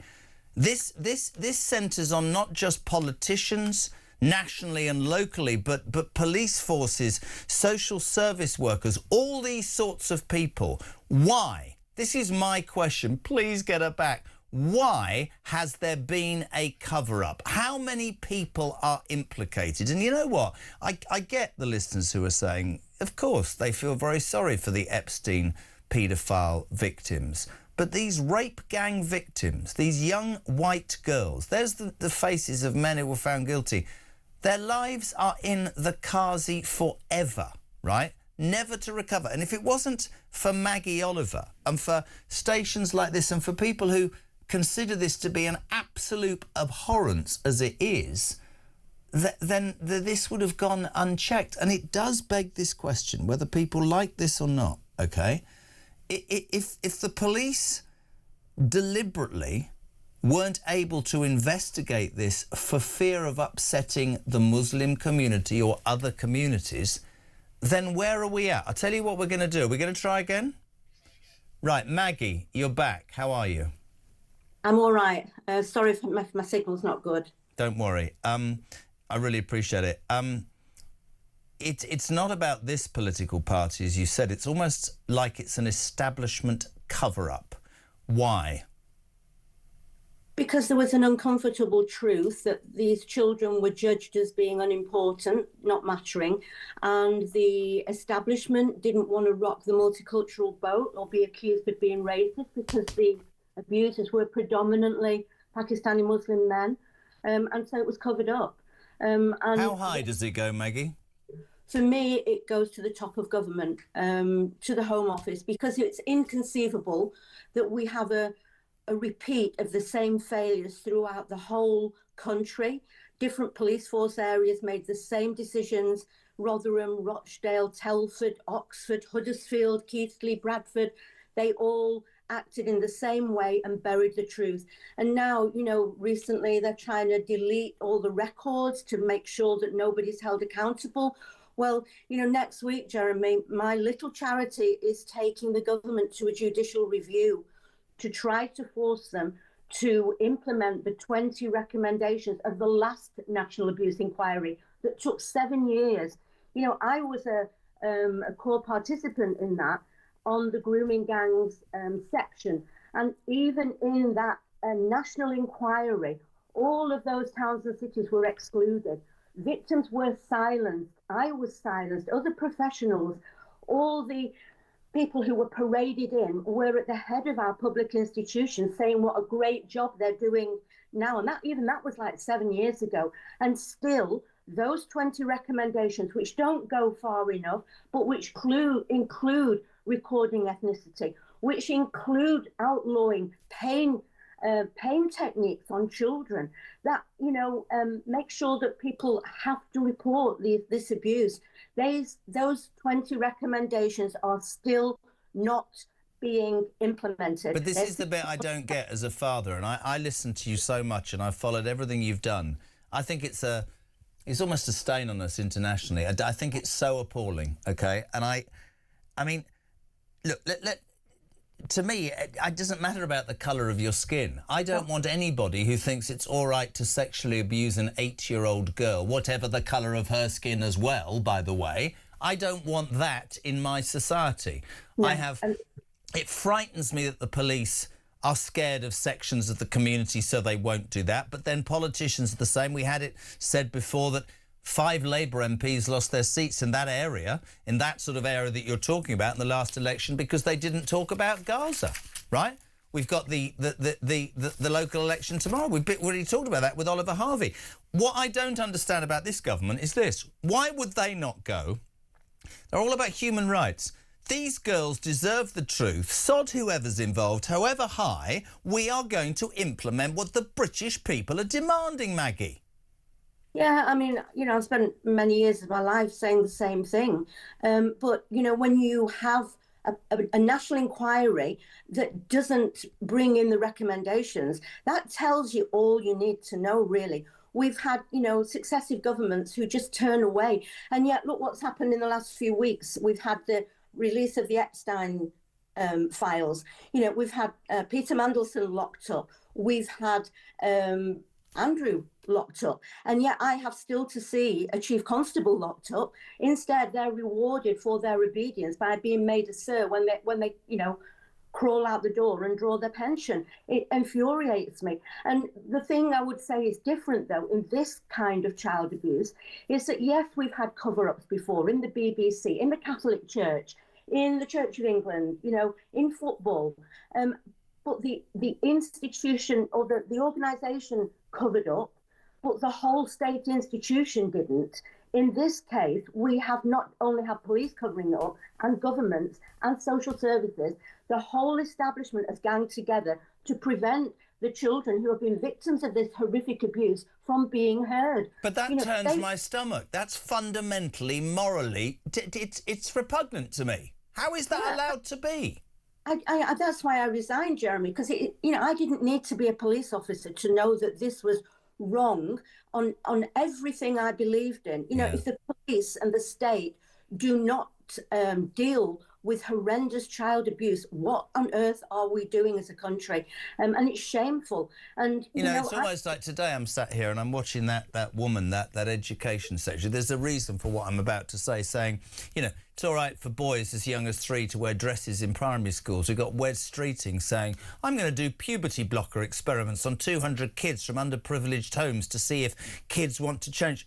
All of that, which is playing with kids, in my humble opinion, playing with their development, and yet none of these people give a toss about girls who have been raped. Here's a question for you. I know the answer. I'm going to put it to you, though. Are rape gangs still operating across Britain on a mass scale?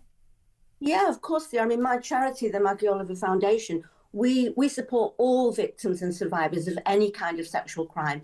But this crime has not gone away. And in my opinion, it will not be dealt with properly unless we see criminal accountability from some of those at the top of these organisations. And as I've said before to you, Jeremy, I think if somebody today knows there is a possibility they will be prosecuted for for neglect, misconduct in a public office, they will make different decisions today. But whilst the establishment continues to protect those at the top of our public institutions, I don't think we will see change because, it's costly. It's very resource. Does it not give you confidence, though, just to flip it for a reason? Does it not give you confidence when you saw the Queen's second son being led away to a police station, when you saw the self-styled Prince of Darkness, Lord Peter Mandelson, who's dipped more, I won't even put the words I want to say, over people than you could possibly imagine? Does that not give you hope that actually when push comes to shove, that the truth in the end does come out, however frustrating on time? You know what, maybe I am very cynical and twisted from all the years I've spent fighting. What that shows me is that the authorities act when the public pressure gets too much. And I do believe the public pressure has grown over the years since I began on this crusade. I believe now that public pressure is the only thing that will bring change. With Andrew, with Mandelson, you know, the outcry in the media has been non-stop since it was released. With the work I do, you know, it flares up for a few days and it fades away. And the government and people in power think, oh, it's died down again. We can wait till it flares up again next time. So it's people power, in my opinion, that will bring change. Paul in Wiltshire says, tell Maggie, I don't think the rape gangs were a deliberate cover-up. I believe it's an institutional cover-up. Which is what I've just said, really, Jeremy. This is, you know, the institutions, I've never seen it anywhere else. The same cover-up. Yeah, the BBC covered up Savile. The Catholic Church covered up the abuse in the Catholic Church for many decades, especially in Ireland. But it wasn't the police, and it wasn't social services. It was the institution itself that was protecting its own reputation. This is different. This was organised cover-up to me. It's corruption at the highest levels. Carolyn Shoreham, just to let you go, says, Maggie Oliver is brilliant. I think she's absolutely wonderful, having worked undaunted on this vile situation for so long. She is one of the rarest of people. She should be a dame. We should all start a campaign. Maggie, you know my respect for you goes beyond the pale, and thank you. I'm sorry for the technical difficulties. We won't use the first bit, we'll use the second, but thank you so much indeed, my darling. And keep the work going. We're always here to support you. You know that. Maggie Oliver, unbelievable. Former Detective Constable of Greater Manchester Police, who resigned and became a whistleblower and begs to ask the question. We're dealing with Epstein, we're dealing with Mandelson and Andrew, and still the rape gang inquiry into the abuse of young white English girls in the north of England, which is still going on. Nobody will have an inquiry. How big a cover-up is it? 0344 419 1000. Text to 87222. Now, if this works, this will be brilliant. We're going to go back to College Green where the sun is shining and a man with a spring in his step and his hat at a jaunty angle. Sir Jacob Rees-Mogg, a very good morning, sir. How are you? Very well, thank you. How are you? Well, you're still known famously in my office for what you said last time you came on with me. I said, how's Nanny Rees-Mogg? And you said, brilliantly, at least I didn't marry mine, Jacob. So you got one over on me on that, my friend. Let's start with, I'd call you old-fashioned and thoroughly decent. What do you make of the Education Secretary, Bridget Phillipson, suggesting in an interview yesterday that boys as young as 3 and 4 at primary school should be allowed to wear dresses to school? Well, I think this is completely wicked. I think it's an attempt to pervert children and cause them mental anguish at their earliest years. I can't think there's any advantage in this. Children are far too young to be thinking of sex changes at 3 or 4. People may have issues later in life and those can be dealt with sympathetically, but to propagandize for it, to push it on children, is clearly quite wrong. And actually sits alongside one of the things that I find most appalling, Jacob, which is this obsession with Wes Streeting and this government to continue puberty blocking treatment on 200 children from underprivileged backgrounds, and presumably the whole idea is one goes through life and puberty and discovers who you are. I think it's incredibly dangerous to play with kids' lives, don't you? I agree with that. It's heading towards eugenics. Experimenting with children to turn them into different children seems to me something the state has absolutely no authority to do, and it seems to me to be thoroughly against proper medical ethics, which first do no harm is the principle, and they're risking doing harm to these children for no possible good. It's quite wrong. It is wrong. I made a decision when I came in this morning that somebody needs to call out Zach Polanski, and then I opened the Daily Mail front page. Greens plan to hand illegal migrants free house, free wage and free dentistry and NHS care. Yesterday, an opinion poll, Jacob, had the Greens in second place behind reform. I believe it's idealistic and dangerous. You know, they're going to legalise heroin. What's your take on the madness that is the Green Party? Well, I think it says something very interesting about politics at the moment, that people aren't looking at policies, they're looking at individuals, and they think Zach Polanski is charismatic, and therefore he's drawing attention. As people begin to look at policies, and they will do that as we get closer to a general election, which is still some time off, they will realise that these policies make no sense. It's a bit like Jeremy Corbyn. People quite liked Corbyn as a figure, as a person who'd been around in politics a long time, as a grandpa-style figure. Once they worked out by 2019 what he actually wanted to do, nobody wanted to vote for him. And I think the same will happen to Zach Polanski. You think it's a passing fad because of people's frustrations with obviously Labour but also the Tories, yeah? Well, if you're on the left of British politics, you're very fed up with the Labour government, you think it's failed, you could never bring yourself to vote either Conservative or Reform. Where do you go for your protest vote? The Lib Dems are absolute non-entities at the moment, they're not troubling the scorers, so you go to the Greens as a protest vote. And that's really all it is, and they may do well in local elections, they may do well in other types of elections that mad regulations prevent us saying very much about, but they're not going to form a government. I don't think we're ever going to get a government that gives free housing and a wage to illegal immigrants. I just don't think the British people would accept that. No, please God they don't. I was going to ask you, there's so much I want to ask you. You're a font of all information. Peter Mandelson, I refuse to call him Lord, although he still is apparently, arrested the other day, the self-styled Prince of Darkness, and true to character, on his release on bail 9 hours later, puts out a statement saying, I had an agreement with the police, this is absolutely outrageous, this is down to somebody else, I want to find out who. Have you ever met him, first and foremost? Yes, I met him a couple of times, and I was once not very far from here, walking home, and somebody rolled down his window and shouted out at me, Peter Mandelson, you've ruined the country. So I've even been mistaken for him in the past, which I don't take as a great compliment. That's a disaster, Jacob. On a serious note, I know. Here's a question for you, because they all look at me like I'm mad when I say this. How much is he going to squeal, and how many roads lead back to Brown and Blair, and how implicated could be members of this government? Dan Hodges wrote this morning, this is Starmer's Watergate. Yes, I mean, I saw Dan Hodges' piece, and I think that's very important. I'm very worried that Starmer's trying to cover up the papers and not release them when Parliament has demanded them. The papers must be released to Parliament constitutionally, and a cover-up would be quite improper. Mandelson was the New Labour project from 1990-ish right the way through. He's fundamental to the Labour Party, to the Blair years, to the Brown years, and to the Starmer years. That's very important, and New Labour, current Labour, can't just disown him. They were intimately implicated with him.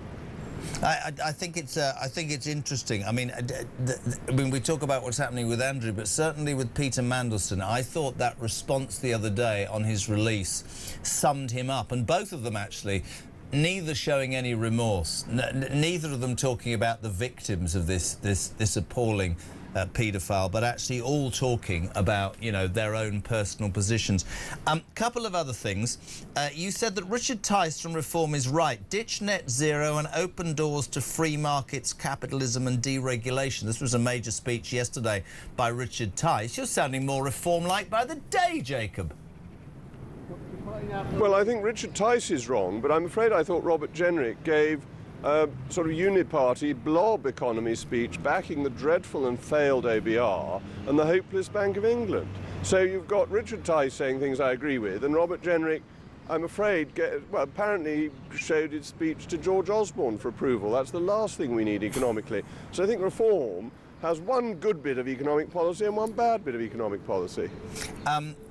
Many people suggest, though, that your politics is nearer what they are talking about. How's it going inside the Conservative Party? Are you impressed with the advancements Kemi Badenoch is making?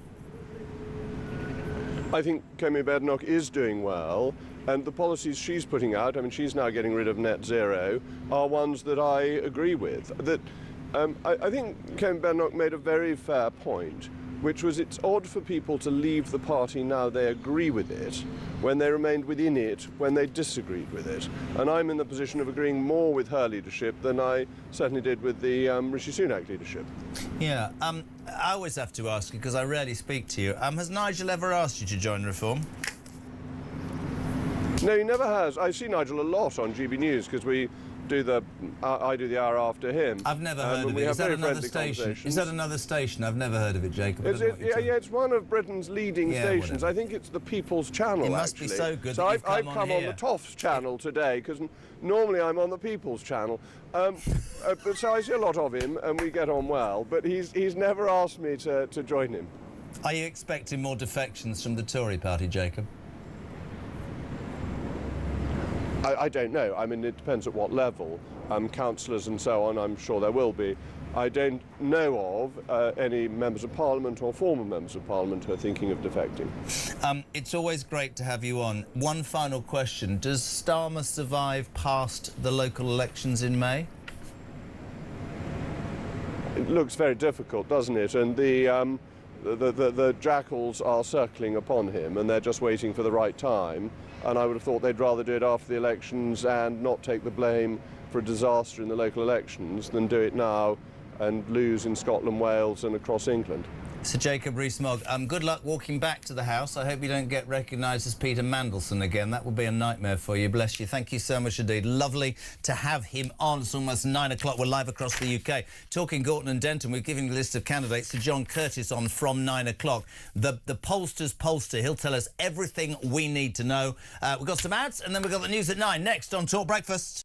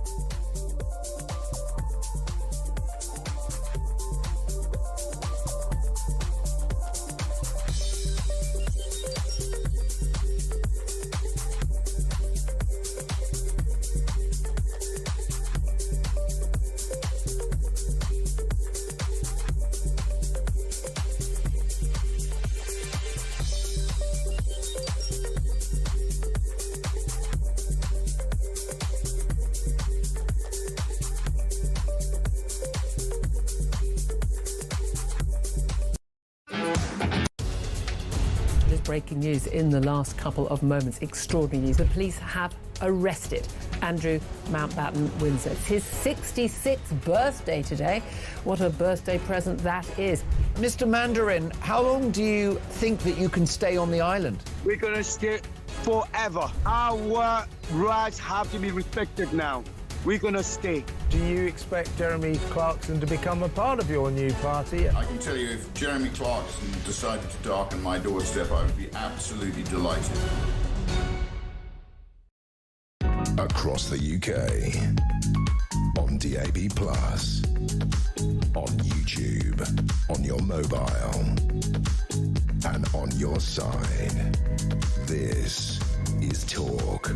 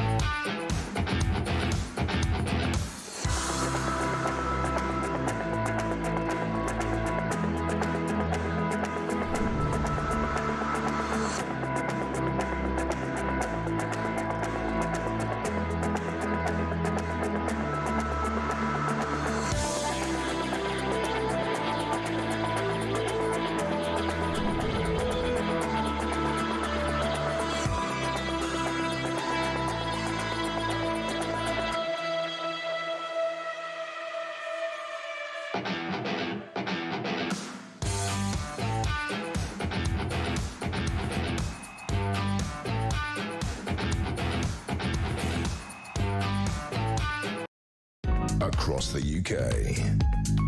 On DAB+. On YouTube. On your mobile. And on your side. This is Talk.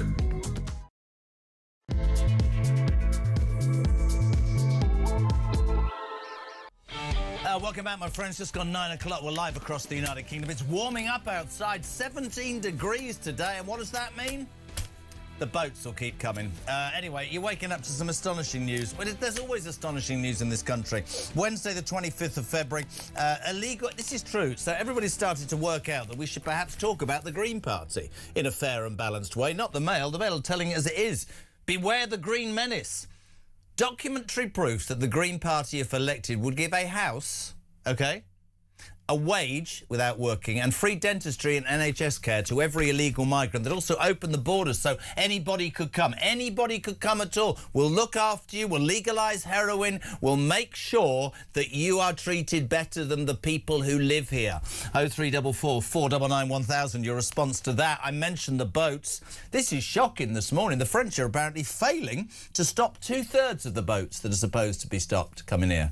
I don't think they've stopped any. We've had £700 million a year being spent, £700 million a year being given to the French with absolutely no look at this ending anywhere. What do you make of that? 0344 499 1000. There's also, I mean, we know about Mandelson. We know that's an ongoing saga. We know about Andrew.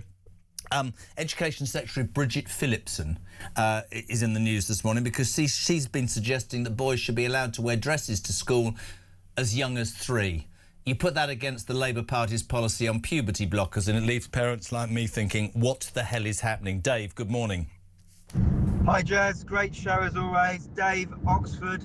Regarding letting your kids, well, your boys, going in dresses into school, it's not about whether they want to go into school wearing a dress. It's all the other children and all the other teachers having to pander to their fantasy. And if any kid dares to laugh or have a giggle about a boy wearing a dress or a girl wearing a beard, if it goes that ridiculous, why should all of the other children have to walk along on eggshells just so they don't annoy that kid? I'm going to tell you a story now that I probably shouldn't, but I will. My eldest daughter's daughter, so my granddaughter, they had a lesson. I've talked to you before about what's going on in schools and not knowing. She was given a lesson the other day on stress. Right, OK. They were also told exactly what that man just said. If anybody comes in here with a tail or kisses a girl if you're a girl or a boy turns up in a dress, these are kids of 7 and 8, the police will be called to the school if you behave in such a way. That is absolutely nailed on fact. That's where we're at, ladies and gentlemen. Graham says, boys wearing dresses in primary school. Who's going to deal with the fallout of the rise in bullying cases related to this? And I'd just like to say this to Zach Polanski, because this is what I love about this show. This is from Charlie from Cumbria. Morning, Jez. Great show. I honestly believe there is a link between the breakdown of the family unit, which seems to happen so easily these days, and kids being given all these different messaging in schools, whatever may be. And Simon in Cheshire, how powerful is this, people? My nephew died from experimenting with heroin. I'm going to write to Zach Polanski requesting a meeting to discuss his interesting policy of legalising Class A drugs. I think I'll suggest my nephew's grave as the meeting location. So anybody who thinks that the madness, the Greens and all that, maybe it is a protest vote, I don't know. Second in a national opinion poll yesterday. There's the reality. Talking polls, let's get the main man. This is like getting Pele if you wanted to talk about football. We say hello to, I call him polling great, Professor of Politics at the University of Strathclyde, to John Curtis. A very good morning, sir. How are you? Fine, thanks so much, Jeremy. How's yourself? The Pele of polstering. I'm all right, John. We've named the candidates tomorrow at Gorton and Denton. We obviously have certain rules when we're broadcasting. I'll do that again after this.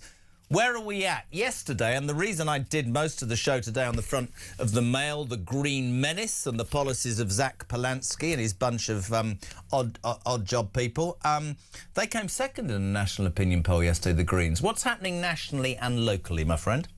Yeah, there is actually quite a lot of variation in the polls to exactly how well they think the Greens are doing. So I could find you one company in its most recent poll put the Greens at 9%, and as you said, another one put them at 18%. On average, They are running at about 14. That is the highest they have been yet in terms of the average across the polls. And they do seem to be continuing to make certain degree of progress since that Polanski became their leader last September. But of course, all eyes at the moment are not going to be so much on the national polls for the next 72 hours, as opposed to that contest in Gorton and Denton, where we have had another, again, very small opinion poll, just over 400 people a question. So it has to be taken with quite a substantial degree of caution. But it basically says that that Reform, Green and the Labour Party are all basically tying for first place. Reform at 27, Green and Labour at 28. Rather better for Labour than the previous small poll from a few days ago, which put them in third place. But in a sense, the broad answer is that it may well come out of this by-election is that, frankly, it's going to tell us much more about how fragmented our politics have become, that none of the political parties these days really have a strong command over the electorate, and that is likely to be illustrated in particular in a constituency where it's very socially diverse. We've got some sections with very large numbers of people of Muslims, where the Greens seem to be doing well.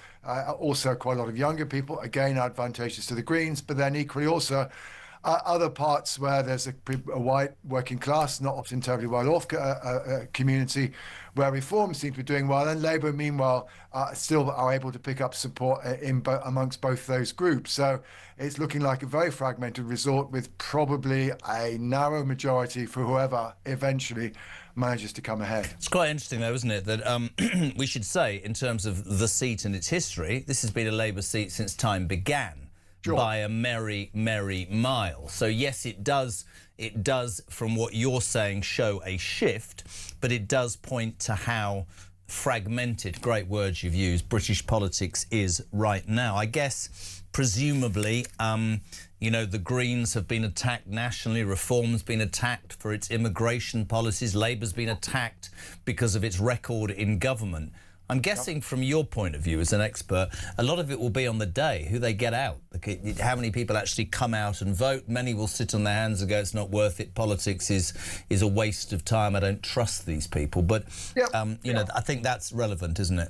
Sure, and in particular, of course, in a by-election where turnout is often relatively low, the ability of the parties to be able to get people out could make the crucial difference. For what it's worth, again, the latest opinion polls suggest that maybe Green voters are a wee bit more likely to turn out than Labour voters. But again, frankly, I think it's too narrow to rely on that. The Labour Party will be hoping that as a more established party in the constituency, after all, to underline your earlier point, it's reckoned that back in 2019, 2/3 of people who turned out to vote voted Labour. So you can see how far.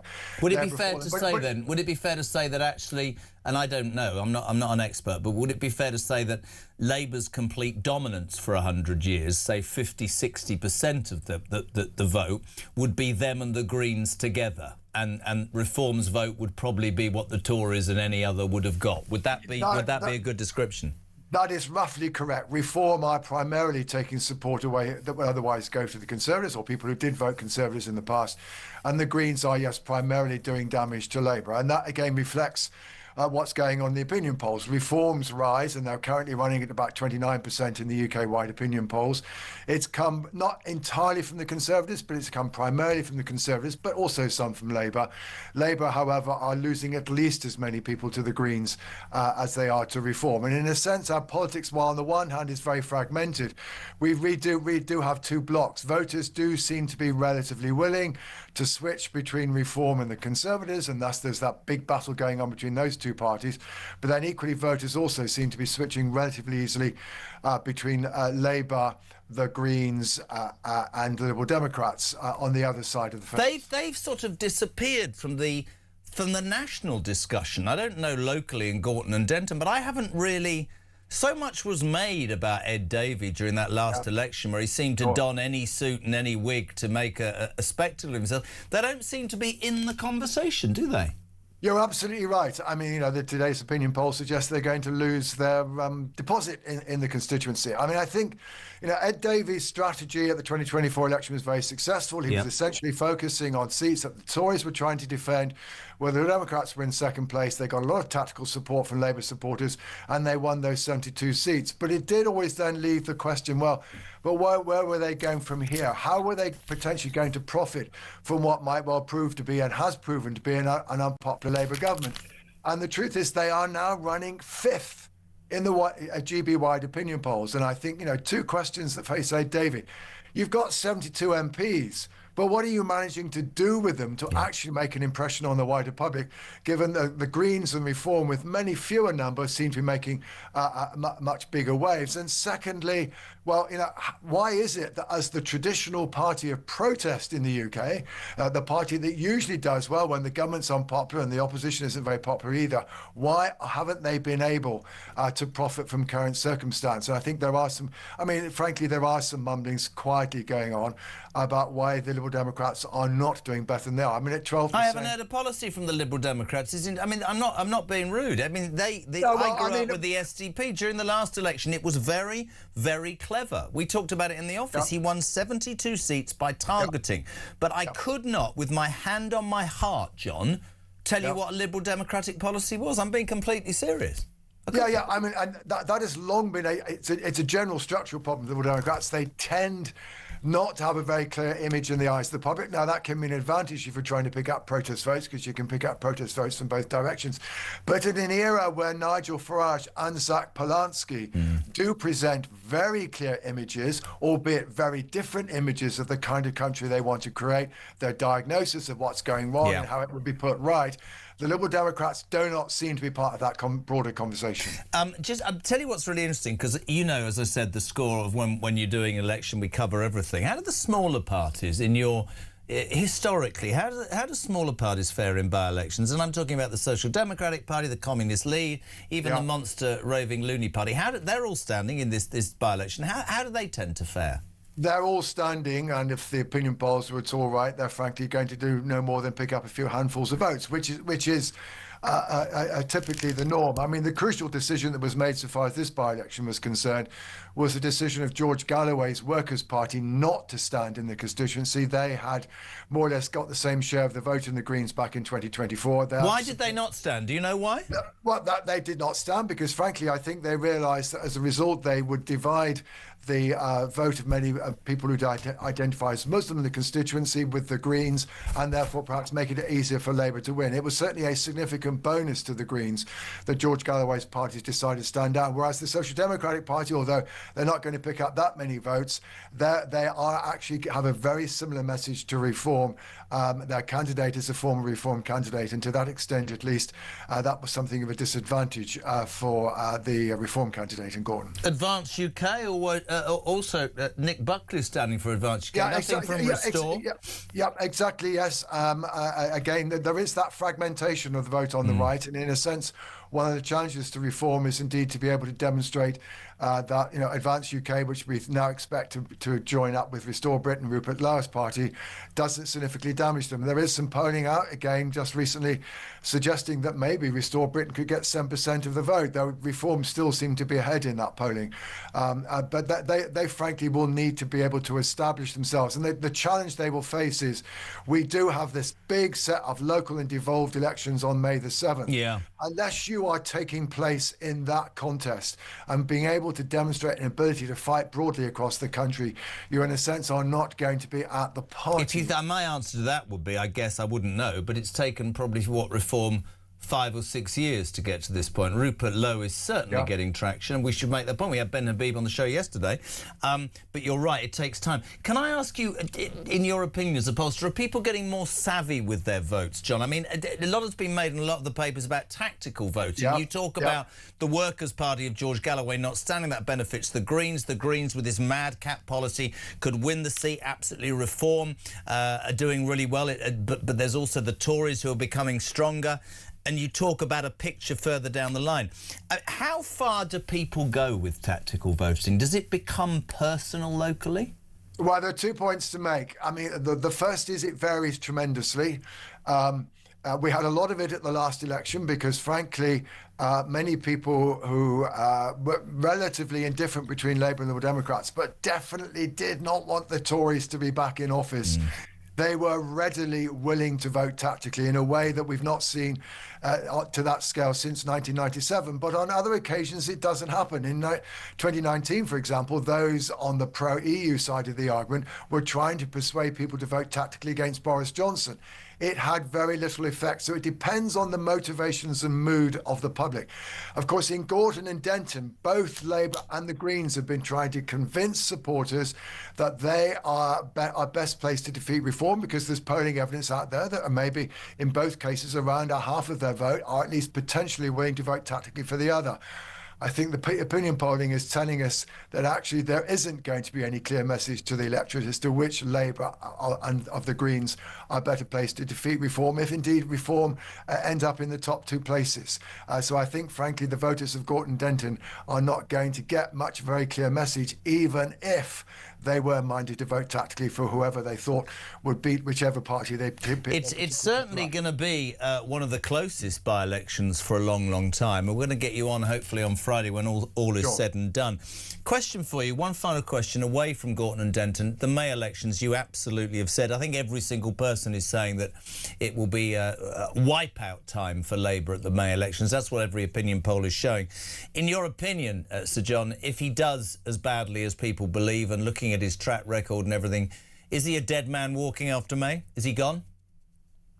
Well, the one advantage that Keir Starmer has is that there is no clear successor, and the party therefore has to decide which is the lesser of the two evils. One, keeping in place somebody who doesn't seem to be very effective as a politician, does seem to be acting as a load on their party, or to enter what could be a divisive leadership contest, at the end of which the party cannot be sure that it will end up with somebody who's more effective as a leader than the current incumbent. It's not an easy position and choice for Labour MPs to make. Can I book you on air already for Friday? Are you around on Friday? Yeah, that's fine. I'm already booked, Jeremy. I'll talk to you then. My lot are great. Sir John Curtice, thank you very much indeed. Absolutely fascinating. Sir John Curtice, polling expert, Professor of Politics at the University of Strathclyde, and I've kept saying it and I'll keep saying it. Confirmed candidates for the Gorton and Denton by-election. Very important in this period that we give all sides the opportunity. Nick Buckley is standing for Advanced UK, Charlotte Cadden for the Conservative Party, Dan Clark for the Libertarian Society, Matt Goodwin for Reform UK, Sebastian Moore for the Social Democratic Party, Joseph Omiche for the Rejoin EU Party, Jackie Pearcey, the Liberal Democrats, Hannah Spencer for the Green Party, Angelique Custodier for the Labour Party, Hugo Wills for the Communist League, and Sir Oinkelot for the monster raving loony party. Obviously, all the reaction to Gorton and Denton, what happens on The Breakfast Show on Friday morning and across the day on Talk. Morning, Mark. Hi, Jeremy. Mark from Manchester, yes. Maggie Oliver should be given him a Danehood because of what she's done to protect these young white girls. But let me tell you, Jeremy, she won't get one while Labour's in power. How's that one? Have a great show.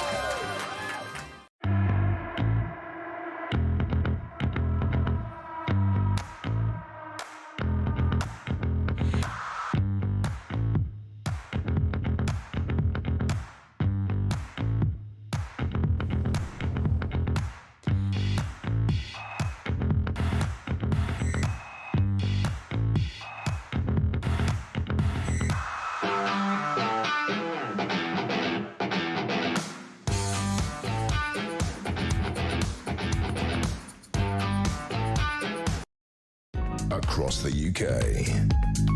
On DAB+, on YouTube, on your mobile, and on your side. This is Talk. Welcome back. So John Curtis there, fantastic. On tomorrow's show, I should give you a moment now. You'll have heard that ridiculous discussion this morning. Education Secretary Bridget Phillipson suggesting that kids, primary school kids, at the age of 3, boys should be allowed to wear dresses. You'll know that the Labour Party also wants to carry out puberty blocking treatment on 200 kids from underprivileged homes. Somebody who Britain thinks is an absolute beacon, many of us do, as the strictest teacher. Catherine Burblesing will be on this show tomorrow. She can't do today. Tomorrow, her reaction to everything that Labour seems to think is important educationally. And also Robert Jenrick, the new Shadow Chancellor for Reform.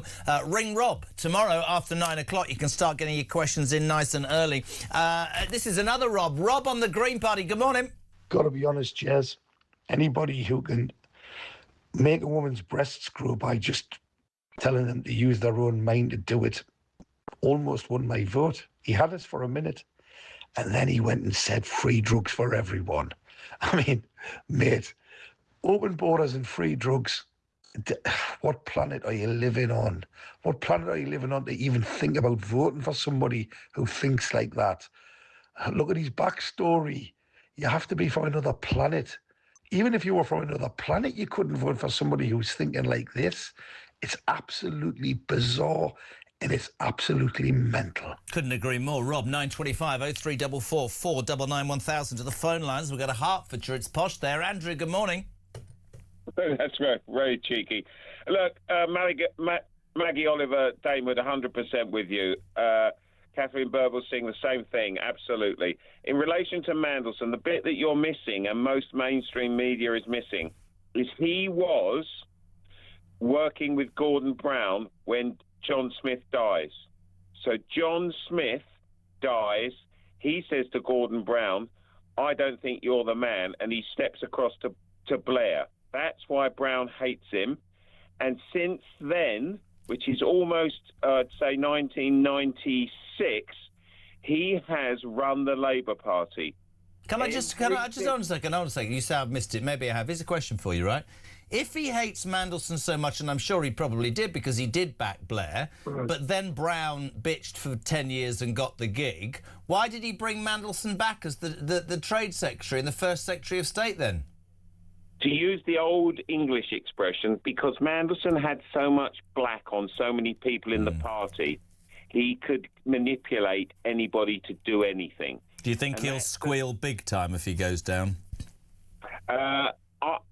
Someone is innocent until proved guilty. I would imagine that the best thing the Labour Party can do is get everybody that has a WhatsApp message from him from the last 10 years to get it out in the public now. Well, this was really interesting, wasn't it? Do you remember when Wes Streeting, a couple of weeks ago, released all his WhatsApp messages and everybody looked at the camera and said, oh, this is a sign of weakness? I remember saying differently, not that I liked the little kissy messages because he's implicated, but the minute he did that, the security sources in Whitehall banned any other cabinet minister from releasing their messages, which means Streeting's in the clear and 23 of them have still to be found. And I just think that his response to being arrested and being then released via the Times newspaper, that source saying, this is an outrage, this has come from somebody, I'm determined that we find out, I'd made an agreement, this is all about humiliating me. You're telling me that he's not going to drop them all in it? I'm sure he is. Yeah, well, the thing that's amazing, if you look at that Chris Mason on the BBC, the minute it broke... That what? Chris Mason, exactly. If you look at what he said in his first report, he said that Mandelson says that he did not personally benefit I've never watched it because I don't believe it. You're a legend, though, Andrew. Thank you very much indeed. 0344 499 1000. Morning, Jez. We're all calling for this long-awaited rape gang inquiry, but the public current inquiry into the Valdo Calacane fiasco is a foretaste of exactly what would happen if a rape gang inquiry took place. It would conclude that police, social services, magistrates and the CPS did not protect the girls for fear of appearing racist. We need and want, says Ivor in Chelmsford, accountability. Hi, JK, you've won me over. odd. Thought it was an ex-wife, right? I was a die-hard GB News breakfast watcher. Now I'm a JK alarm clock watcher. Excellent. Did we pay a person to say that? Bill's in Southampton. Listening to Jacob Rees-Mogg on Jez's show, he would be an asset to reform. His experience, clear thinking, no BS approach, and absolute feet firmly on terra firma would help reform if they ever formed a government. Brian Betts, morning JK. So tempted to put in a last-minute day off work for tomorrow. Come down to London and enjoy the sunshine. Note taking a day off work, not like the work shy. Great show, mate. Brian in Sheffield. Hello to... my concern about letting 6-year-olds wear a dress and the puberty blockers thing is this: where will it all end up, says Chris in Blackpool. That's the whole point. Where will it end up? Jez, rape gangs are not just in the north, despite the obfuscation of that slimeball Sadiq Khan. Remember only weeks ago the Met admitted they were looking into 9,000 reports. Phil's in Great Yarmouth. I bet it's nice there today. Jez, so the Greens want to make drugs illegal. Will they make driving while under the influence legal as well? I loved the show. Tony, good morning, Jez. If the hypnotic leader of the Greens can make things grow by positive thought, you would think he'd have done something about his missing Ted Heath. Brilliant. 0344 teeth. 0344 499 1000. The Andrew saga drags on. He apparently stuck in Sandringham, banned, according to the front of the Sun newspaper today, like you really give a toss. But anyway, banned from riding a horse. Doesn't want to be seen in public. They don't want him out and about. What becomes of him? Much of what's been said over the last few days is who's up to it. Who's up to their necks in it? It could go, as Andrew Loney said, as high as the King and William. Certainly, people who worked in the palace, and a lot of focus has been on the royal protection side of this. We'll say a very good morning to the former head of royal protection, a man I know very well, Di Davis. Good morning. Good morning. Lovely to be back with you, sir. I love the red wall. It's class in a glass, Davis. You know that, don't you? Absolutely. Well, my wife did that. I was in Australia, and when I came back, she painted it. So what can I say? Well, I think well done. I mean, obviously bought her a bunch of flowers and taken a job away from you. The old man used to call my mother the War Office. And he'd go, I'm going off on a trip, and when I come back, the War Office will have changed the house. Di, is it unfair? Marvellous. Is it unfair the spotlights being pointed at former royal protection officers? Do you think it's fair or unfair, my friend?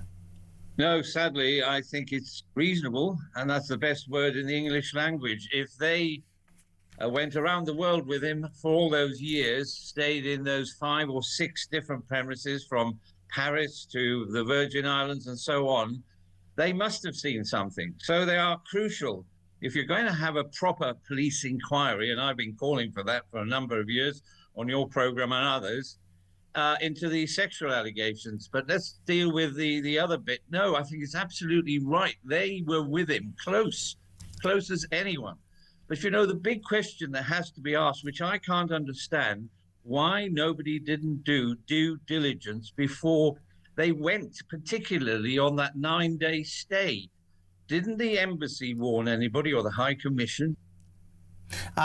Listen, I've got Police, so the much. FBI? I would love to be able to sit with my old man and have this discussion, because he would have so much to tell me about this. I mean, we all know that if you work for the royal family, he did it, I'm sure. Do protection officers have to sign the Official Secrets Act, or is it just a discretion? What is it? No, I think they do, and they did. And particularly, I think, when we all joined, and I joined back in the late 60s, so I'm not quite sure if I signed it then, but clearly you are seeing a huge and are aware and listening. And that's the problem with Andrew. He would have been briefed at the highest level about arms sales, about all manner of things. Yeah. And they arguably, in the front of the car, or wherever they are, they would have been party to a great deal of this. Not saying they would be there when he was talking to Mandelson or all the rest, but you don't know. No. So it's eminently fair, at long last, that the Met actually investigate not only the police, but high officials in the palace. And if any royals knew of this, then unfortunately they have to be questioned too. Well, Andrew Andrew Loney said this morning he believes that this goes as high as the King, and that what will happen in this country is that the demand for transparency, be it through protection officers, be it through household staff, be it from the royals themselves, will only increase, Di. It's not going to go away, is it? And people will talk about Andrew Mountbatten Windsor and how his character was this, that and the other. But the fact of the matter is, I don't believe I'm going over the top when I say this. For the monarchy, something I fervently believe in, to survive, this needs to be stripped bare. Back to protection officers. Do they, I mean, I got some sort of idea from the government, do they ever leave his side? I mean, would they have Would they have gone to Epstein's New York mansion with him and stayed there, or left him there and gone to a hotel? What happens? No, I think the records show that at least two of them stayed there. And I say again, they would have done a reconnaissance. They would have gone there. They should have checked out who Mandelson was. This is the one I can't understand, but it goes further. They would have gone to all these different residents. And I'm told, I haven't been there myself, you couldn't possibly not see the lewd pictures on the walls. Everywhere there were sexual objects in virtually every room, it is alleged. And I have to say, this is all alleged. And this is on Epstein's Island, isn't it? It's on Epstein's Islands, it's in Florida, it's in New Mexico.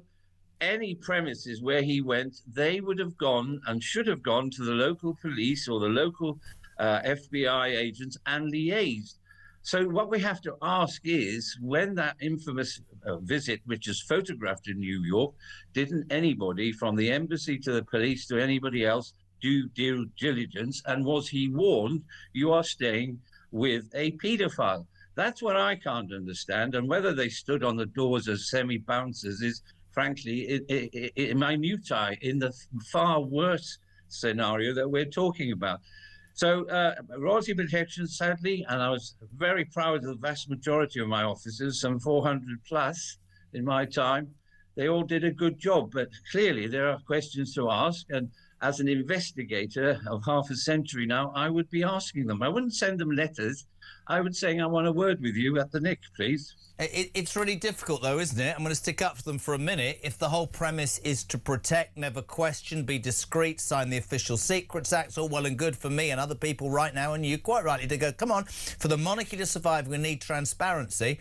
You are going to have to bleat. It will go against almost everything they've ever been told to believe in, or the rules by which they've told. But for, as you said, for every correct I mean, you just said it. There were cameras in every room in the New York mansion. Any good close protection officer would have gone, well, we can see that. What's all this about? So presumably, did they stay in a room upstairs? Well, there were girls being ferried from famous person to famous person. It's an astonishingly... What concerns me, Di, if you want me to be completely honest, is a bit like with Mandelson and the Labour Party, one can only surmise this must go so damn high. It's a bit like the rape gang inquiry that I keep going on and people get angry. That's an institutional cover-up. There has to be, whether it's the royal family or the Mandelson or the rape, there has to be more to this. But I just feel we're at a point now where the British public won't accept being just fobbed off. I think they'll demand far more than they've ever demanded, my friend. Well, you're right. At the weekend, I used the word a conspiracy of silence. Now I'm alleging a conspiracy of perverting the course of justice, because it's alleged, if you believe what Andrew Lowney tells us, and you, and I'm a friend of his, and I've worked with him for years on a variety of different things. But he hasn't been wrong in anything he said. He was ridiculed and laughed at. And he obviously, because he wrote the book and is far more authoritative than I'll ever be. But the point is, we've known about this since 2011. Let's go back to the sex trafficking. They had a crisis meeting, allegedly, led by a deputy press officer called Perkins, and they knew perfectly well back in 2011 that picture. Yes, he may have denied it to the Queen, but they certainly knew in the palace, and they monitor everything that goes on. And so for 14, 15 years, there has been a conspiracy of silence, and there's been a conspiracy by many at various levels not to tell the truth, I allege. It's absolutely... I mean, it sounds a terrible thing to say. It's fascinatingly worrying. Do you think, and just to ask you, as I asked Andrew Lowney this morning, if this goes as high as you and I would imagine, do you think that the King and William might end up being questioned by the police? Well, I think they have to be, don't they? If they were party to any kind of issue, which Andrew has stated, and I'm thinking as an investigator, I say, and I've said it on numerous programs, don't take us for fools. Don't take the Michael that we will buy some of this nonsense that's been emanating for years and the cover-up. Who decided? Didn't they have a meeting, crisis meeting, to pay the 12 million? Didn't anybody talk about it? Didn't they say, oh, we're going to strip him? But you don't strip a man who, frankly, okay, he has an association, but it had to go much deeper than that. You wouldn't take every title, everything the man has had all his life, unless you were pretty convinced he was guilty. Yeah. It just beggars belief, the nonsense that comes out of so-called experts. And I get really angry when they keep saying he denies all knowledge. Well, of course he'd deny all knowledge. But if you actually look at his track record, if you look at the evidence coming out, it's quite clear that this man had a thing about sex, in addition to feathering his and his ex-wife. And we haven't talked much about her, but she needs to be interviewed and frankly arrested as well. That I completely agree with. Final question. It's brilliant to have you on, Di. I asked this of Andrew, asked it of Kinsey. Does the British monarchy survive this, or does the increased numbers of people calling for its abolishment grow? I think, provided they're open and transparent, and we... Oh, Andrew, Di, we've lost you. The sound just went completely bark. Come back. Speak again.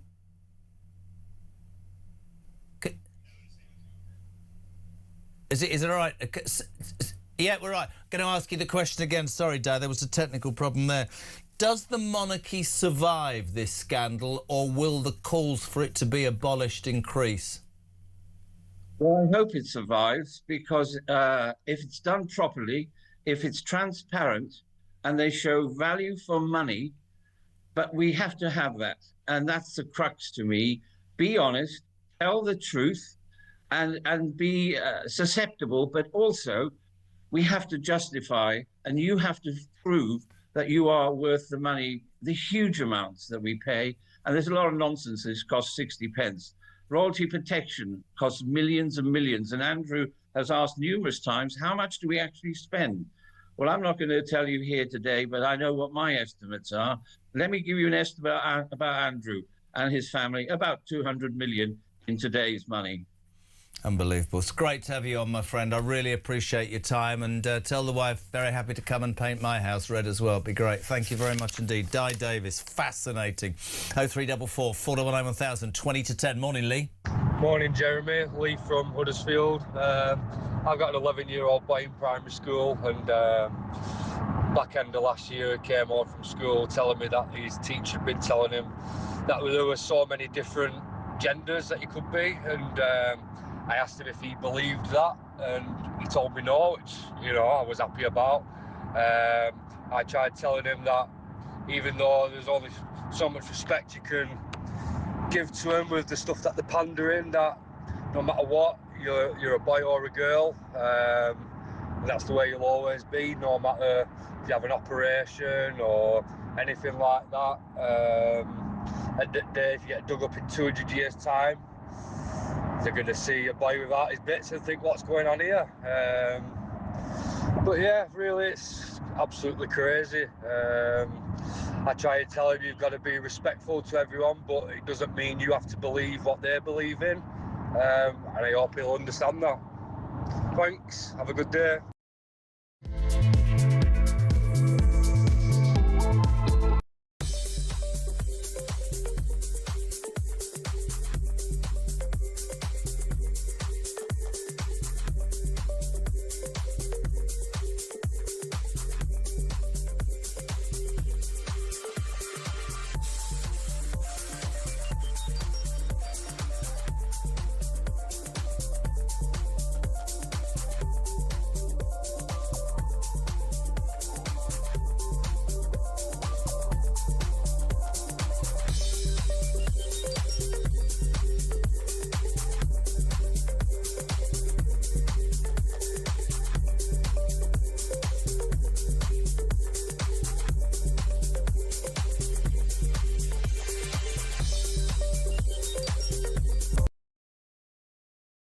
across the UK. On DAB+, on YouTube, on your mobile, and on your side. This is Talk. Welcome back, 18 minutes to 10 o'clock. We're live across the UK. Excuse me. This is Talk Breakfast. My name's Jeremy Carr. We're here until 10. Julia here from 10, Ian from 1, and Kevin O'Sullivan on Drive this afternoon. That's how we line up on Talk. It's the home of common sense. It's the home of free speech. It's the home of alarm clock Brits. 0344 499 1000. Hello to Mary in Canterbury. I think this is... Yeah, I get this. That foolish Green Party leader said he's going to make all drugs legal. Does that mean when I'm sitting in a cafe with my young grandson that somebody can smoke weed or take a hard drug next to me? Yeah, that's the reality, to be fair. And there he is. There is Zach on the screen. Interesting. Kevin, good morning, chaps. I find it strange, this is interesting, that the Labour Party have no problem with Mandelson associating with paedophiles and putting little boys into dresses. Says Kevin in Cambridgeshire. Bill, good morning. JK, if BP say it's OK for boys to... Oh, Bridget Phillipson, I was talking about the petrol company. If BP say it's OK for boys to wear a dress and children go to school as cats, what's next? A kid will turn up to school with a weapon and say I'm a terrorist? That's what I'm identifying as? Very interesting. Linda, morning, Jez. I guarantee as soon as a Muslim father states that he is disgusted about the school where his child has a little boy running around in a dress, these nut jobs will start backing down. God, I hate this government and what they stand for, says Linda in Deal. She's not very happy. 0344 499 1000. Before we finish, I wanted to do this all morning. According to report, Shamima Begum, yes sir, is plotting a return to Britain using people smugglers. Probably be quite easy to get in. We're delighted to be joined now by filmmaker Andrew Jury. This man has interviewed Shamima on several occasions and says that he's received messages recently from her camp. And I don't mean to be flippant at all, Andrew. Do you mean where she's living or people on her side saying she wants to return home? Is that the camp she's living in a tent, or is that people who work with her? No, that's from a camp that she's in, a so-called prison camp. With an iPhone that she can message Andrew Jury in the United Kingdom. What do you make of this? This story rumbles on and on. I didn't even want to release this story. It was out of frustration from my government and everybody else. I started receiving message from her around about September last year. It was normal phishing stuff that she generally sends out. Hi, how are you? She just wants contact out. Don't know why me. She's read all the stuff I've written about her and my horrendous thoughts about her and her personality, but she still wants some sort of contact. So messages started friendly. Then it soon come down to the real stuff that she wanted. She said, or thought I could be bribed. 35,000 is what she did. I don't know if it was dollars or pounds. She said 35,000. This is Hoda, her friend. Shamima will start trusting you again, and you can have the one and only interview. I said it was not ethical, and left it really there. And then the messages carried on and carried on. And then she started using code words saying she would like 15,000 gummies and Shamima would like hers in British mints. She thought she was being clever, disguising actually what she actually wanted. She then described, well, you don't even have to come into the camp, you can drop the money outside. We will then get it and make our way to Turkey, cross the border, and then get to our embassy. And when we're at our embassy, we'll claim asylum and make our way back to the UK, because that's what they do. So she's actually suggesting it's been done before, which I'll come on to in a minute. I then thought this is too much on my shoulders. Normally I just pass it by. I'm sick to death of her story. I'm sick to death of her. I'm sick to death of listening about it. But anyway, it was too much. So I thought I better contact my local MP. I won't mention his name. He's in Surrey. He knows who he is.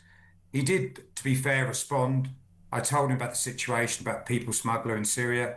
He just told me to speak to the police commissioner in Surrey, which is no damn good to me. So I thought, next port of call, intelligence services. So I called them, have an answer phone. They know who I am. They know I travel. I'm in the media enough.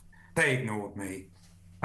Spoke to Richard, my friend, in media. He's got contacts in Parliament. Spoke to a Labour MP, Conservative MP. All ignored it. So out of frustration, I'm here. I'm bringing it to the media, bringing it to people like you. Hopefully get the story out. People are being smuggled out of camps. The proof is there. The messages are real. People don't believe they are real messages, but they are. So you're saying that you could be in a camp and you could eventually, maybe Shamim Begum, other people have or might do it in the future, you could come back via a small boat into England despite the fact that you're not even supposed to be here and you've been banned? Yeah, I mean, at the moment, we're okay because the SDF are holding the camp, but the new Syrian regime that's gone in, whole camp, which is a bit further up, had 150 prisoners escape. That's the big camp. We don't know where they are. And the regime were making their way down to Shamima's camp, but SDF have kept hold of it, I think, with the help of the Americans. Do you think that's the route that Shamima, if she tried to smuggle herself back into Britain, is that the route that she would take, a small boat, in your opinion? If she has to, yes. Her first course, she thinks that if she got to the UK embassy in Turkey, we would bring her home. That's what she feels. She feels that she's British, and when she gets to Turkey, as she said, that's what they do. That's what they do. I would claim asylum, and that's where they'd send me. But you've also got to be aware, she's not just the problem. We've been disguised from the main problem. I interviewed 2 other prisoners in that camp. One named as the Terror Twin. Her sister's still in the camp. She got released last year. Nobody's been told about it. You don't know about it. The only reason I know is because I'm still in contact with the camp. She's either in Holland or in the UK. But one definitely in the UK, which I consider more dangerous than her, has also been released. She got released around about end of the summer back in the UK. Is she in prison? Is she walking amongst us? Nobody tells us. Maybe we don't have the right to know. Listen, the way this world's going, and certainly this country, I'm not sure that any of us know. I mean, the Shamima Begum story is such a huge story, Andrew, and she's I mean, she doesn't divide opinion. I'm sure there are probably Zach Polanski would welcome her back with open arms because he wants open borders. She could just walk through, couldn't she? But I think most people, having seen what ISIS have done and how many people they've murdered in cold blood, have no sympathy for a woman that stood there whilst people from the Western world were having their heads chopped off by these animals. Let's be real about this woman. Where does it end? Actually, here's a question for you. Before you go. Do you think she'll ever come back to the United Kingdom, be it illegally or legally? Do you think she could get back? Unfortunately, yes. Unfortunately, yes. Look, with the government as it is now, we just don't know, do we? We don't know if she's going to come in. We'll never know. She could be put, I don't know, safe house, change identity. Why did you want to interview her in the first place, just out of interest? I was filming a documentary. I did it on a day off, and I did it because I come from a not privileged background. And I wanted, because all these sort of Oxbridge journalists have gone there, knocked on the camp door and got told to. So it was a bit of a challenge. And then when I first met her, I felt a bit sorry for her. She looked like this wispy, kind of waithy character that was like hiding under a stone. How wrong I was. What's life like in that camp? Summer, incredibly hot, miserable. Winter, really cold. But she's got aircon, she's got a TV. Got friends, they have a disco at night. There's a big, there's a concrete slab. So they have their boxes up with the Western girls and they have a disco. Does she work? Truth. No, there's shops in there. They've got a shopping centre in there, kind of ironic, isn't it? They have like a shopping where they can buy clothes, they can buy food. Honestly, it sounds great, doesn't it? A shopping centre, a mall inside a camp in Syria where she's watching television and drinking and having a disco every night. I must be in the wrong bloody world. That's what happens if you marry a terrorist, is it? Yeah, I think her world's going to change, though, because when the new regime come in, they'll move her out. This is what I think will be her... This will be her journey or her final journey because it's happened to some Western guys and some British guys we've been following. They've been taken out of the camp inside Syria, Kurdish-controlled Syria, I think with the suggestion from the Americans and us, and they're in non-Kurdish-controlled Iraq. Sorry, I'm getting a bit confused. I wish I had more time. It's fascinating. Who's funding her lifestyle? Is she on what? Is she on PIP or something? Is she? What's she on? Now, this is a big interesting thing because the camp, people in charge of the camp infiltrated $160 getting to her a month. They infiltrated it, getting to her. Somehow it was getting into the camp. But there's this wonderful organisation called Reprieve that go in there and help her out. They're a humanitarian organisation. They've told her don't talk to anybody, don't speak to anybody. That's their advice. So they're giving money to her. I wouldn't be surprised at the life I lead now and the show that I do, that I don't find out that she's sort of on, you know, involuntary sick benefit and is getting more than people who've worked all their damn life. Andrew, fascinated, mate, and we definitely wanted to get that out there. I'd change your number if I was you, but I really appreciate your time this morning, live from Surrey. Thank you, Andrew Drury, journalist and filmmaker. He's interviewed Shamina Begum on several occasions. He says how wrong he was. Immediately at the beginning, he said he felt sorry for her. He says she's manipulative.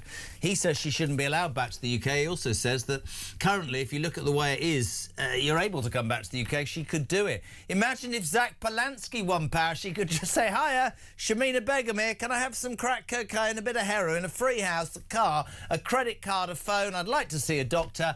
I love the United Kingdom. Back in 3. God.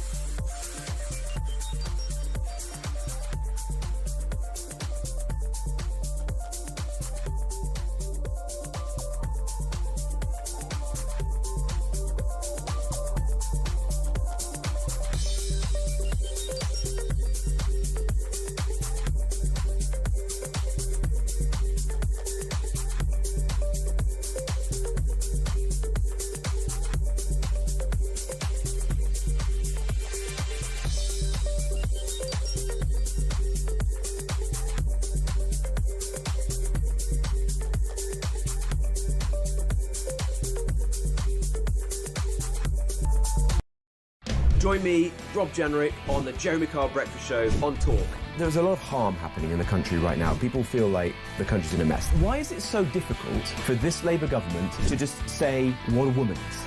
To believe in basic biology and common sense? Take away these human rights laws, which have got completely out of control now. You know, I do believe that economies can be fixed and you can get catch-up growth. On illegal migration, we're very clear. We're going to detain and deport absolutely everyone who enters our country illegally. Ring in, ask me any question, I'm here to answer. Across the UK, on DAB+, on YouTube, on your mobile, and on your side. This is Talk. Welcome back, 5 to 10. Julia here very, very soon. We started this morning by looking at the front page of the Mail, which highlighted their thought, which was beware the Green Menace. Zach Polanski and the Green Party yesterday in a national public opinion poll are lying in second place with 19%, which means that nearly a fifth of this country think a man who wants to legalise heroin and prostitution and have open borders and welcome migrants with their own house and their own car, their own credit card, their own doctor, and almost everything that you and I don't have should be Prime Minister. That is frightening. This interview with Piers Morgan, I think, is a brilliant example of how dangerous Zach Polanski is. Have a watch, have a listen. Can a woman have a penis? Yes. It's going to take them a long time on the National Health Service to get rid of it, but that's another separate problem. All right. I think we'll leave it on a woman can have a penis. People can I think you're lacking nuance and complexity about a pretty complicated Not really. You couldn't have been clearer. I'm clear, because actually when you want to look at the science... You were crystal clear. Ask a simple question. But you're laughing at it, which I think demeans trans people. Absolutely ridiculous. What have you got against trans people? Why are you punching down? Why are you not saying nothing against the real trans problem people. in this I've already country? told you that I think trans people... You sound like you have a huge problem with trans people. No. It sounds to me like you don't understand what a woman is, which I think is a huge problem for someone leading a party in this country. A woman is a gender. Sorry? You said, what's a woman? No, a woman is a gender. Biological and gender female. is complicated. No. Gender is a spectrum. It's not complicated. A woman is a biological gender a spectrum? Is it that binary? Do you think people are born male and female? Not necessarily. Oh, for God's sake. I think it's more complicated than It's that. not more complicated, Zach. Well, it's not more complicated than that if you're a TV show host who wants to make it binary and ridiculous. Zach, you're going to have to work if you this want to stuff have out, a mate, nuanced conversation that actually reflects science, you know, when I asked you if you and want to be information... when I asked you if you want to be Prime Minister, there is not a cat in hell's chance of you ever becoming Prime Minister if you don't know what a woman is. The UK Supreme Court has made it crystal clear. But that's not the Supreme Court's job. The Supreme Court's job is to look at legislation lay down the law and then of make a legal ruling. OK. So you know more than the Supreme Court? Well, yes, actually, in this case, yes, I do. Good job, Piers. Steve, very quickly, 30 seconds. The Greens, go. Steve. Right. Hello. Yeah, I live in Thailand. They legalised drugs here, and it's been a disaster. I live in Thailand. It's been a disaster. Kids are getting them now. You can't go into a bar or a restaurant without smelling cannabis. The government are now trying to backtrack, and unfortunately, there's elements in who've got a lot of power. You live in Thailand, slightly better than the East End of London, isn't it? Thanks for your call, mate. It's almost 10 o'clock, and the First Lady of Westminster has Stridden or Strode? Stridden. I don't know. Walked. Mate, I'm so sorry. I get so terrified. Can I just tell you something? I walked in here without being boring and making about us. So hot, so cold. I'm sorry. I've been boiling up and sweating like a pig and then freezing my bits off. Sort out and the I've only got one bit. Studio. I mean, it's awful. I once did a show for about 2 hours some years ago wearing my puffer jacket because it was so cold. But, mate, honestly, this morning I've been sweating and then I turned it down and it's freezing. First world problems. I know. First world problems. How are you? What you got? I tell you what, who's not sweating, who's definitely not sweating, absolutely definitely not sweating in the British Virgin Islands, and that's Lord Mandelson. What an extraordinary story. And it's all denied by him, of course. Absolutely. And as we know, that Lord Manson's got such a good record of telling the truth that we can absolutely believe everything in his lawyers say. It's the lack of contrition, isn't it, from both him and Andrew? It was overpowering. Well, they've not done anything wrong, as they keep telling us, so why should they be contrite? I want to talk about the Greens today, though. It is, as you were just showing that clip, I mean, it is just extraordinary. I mean,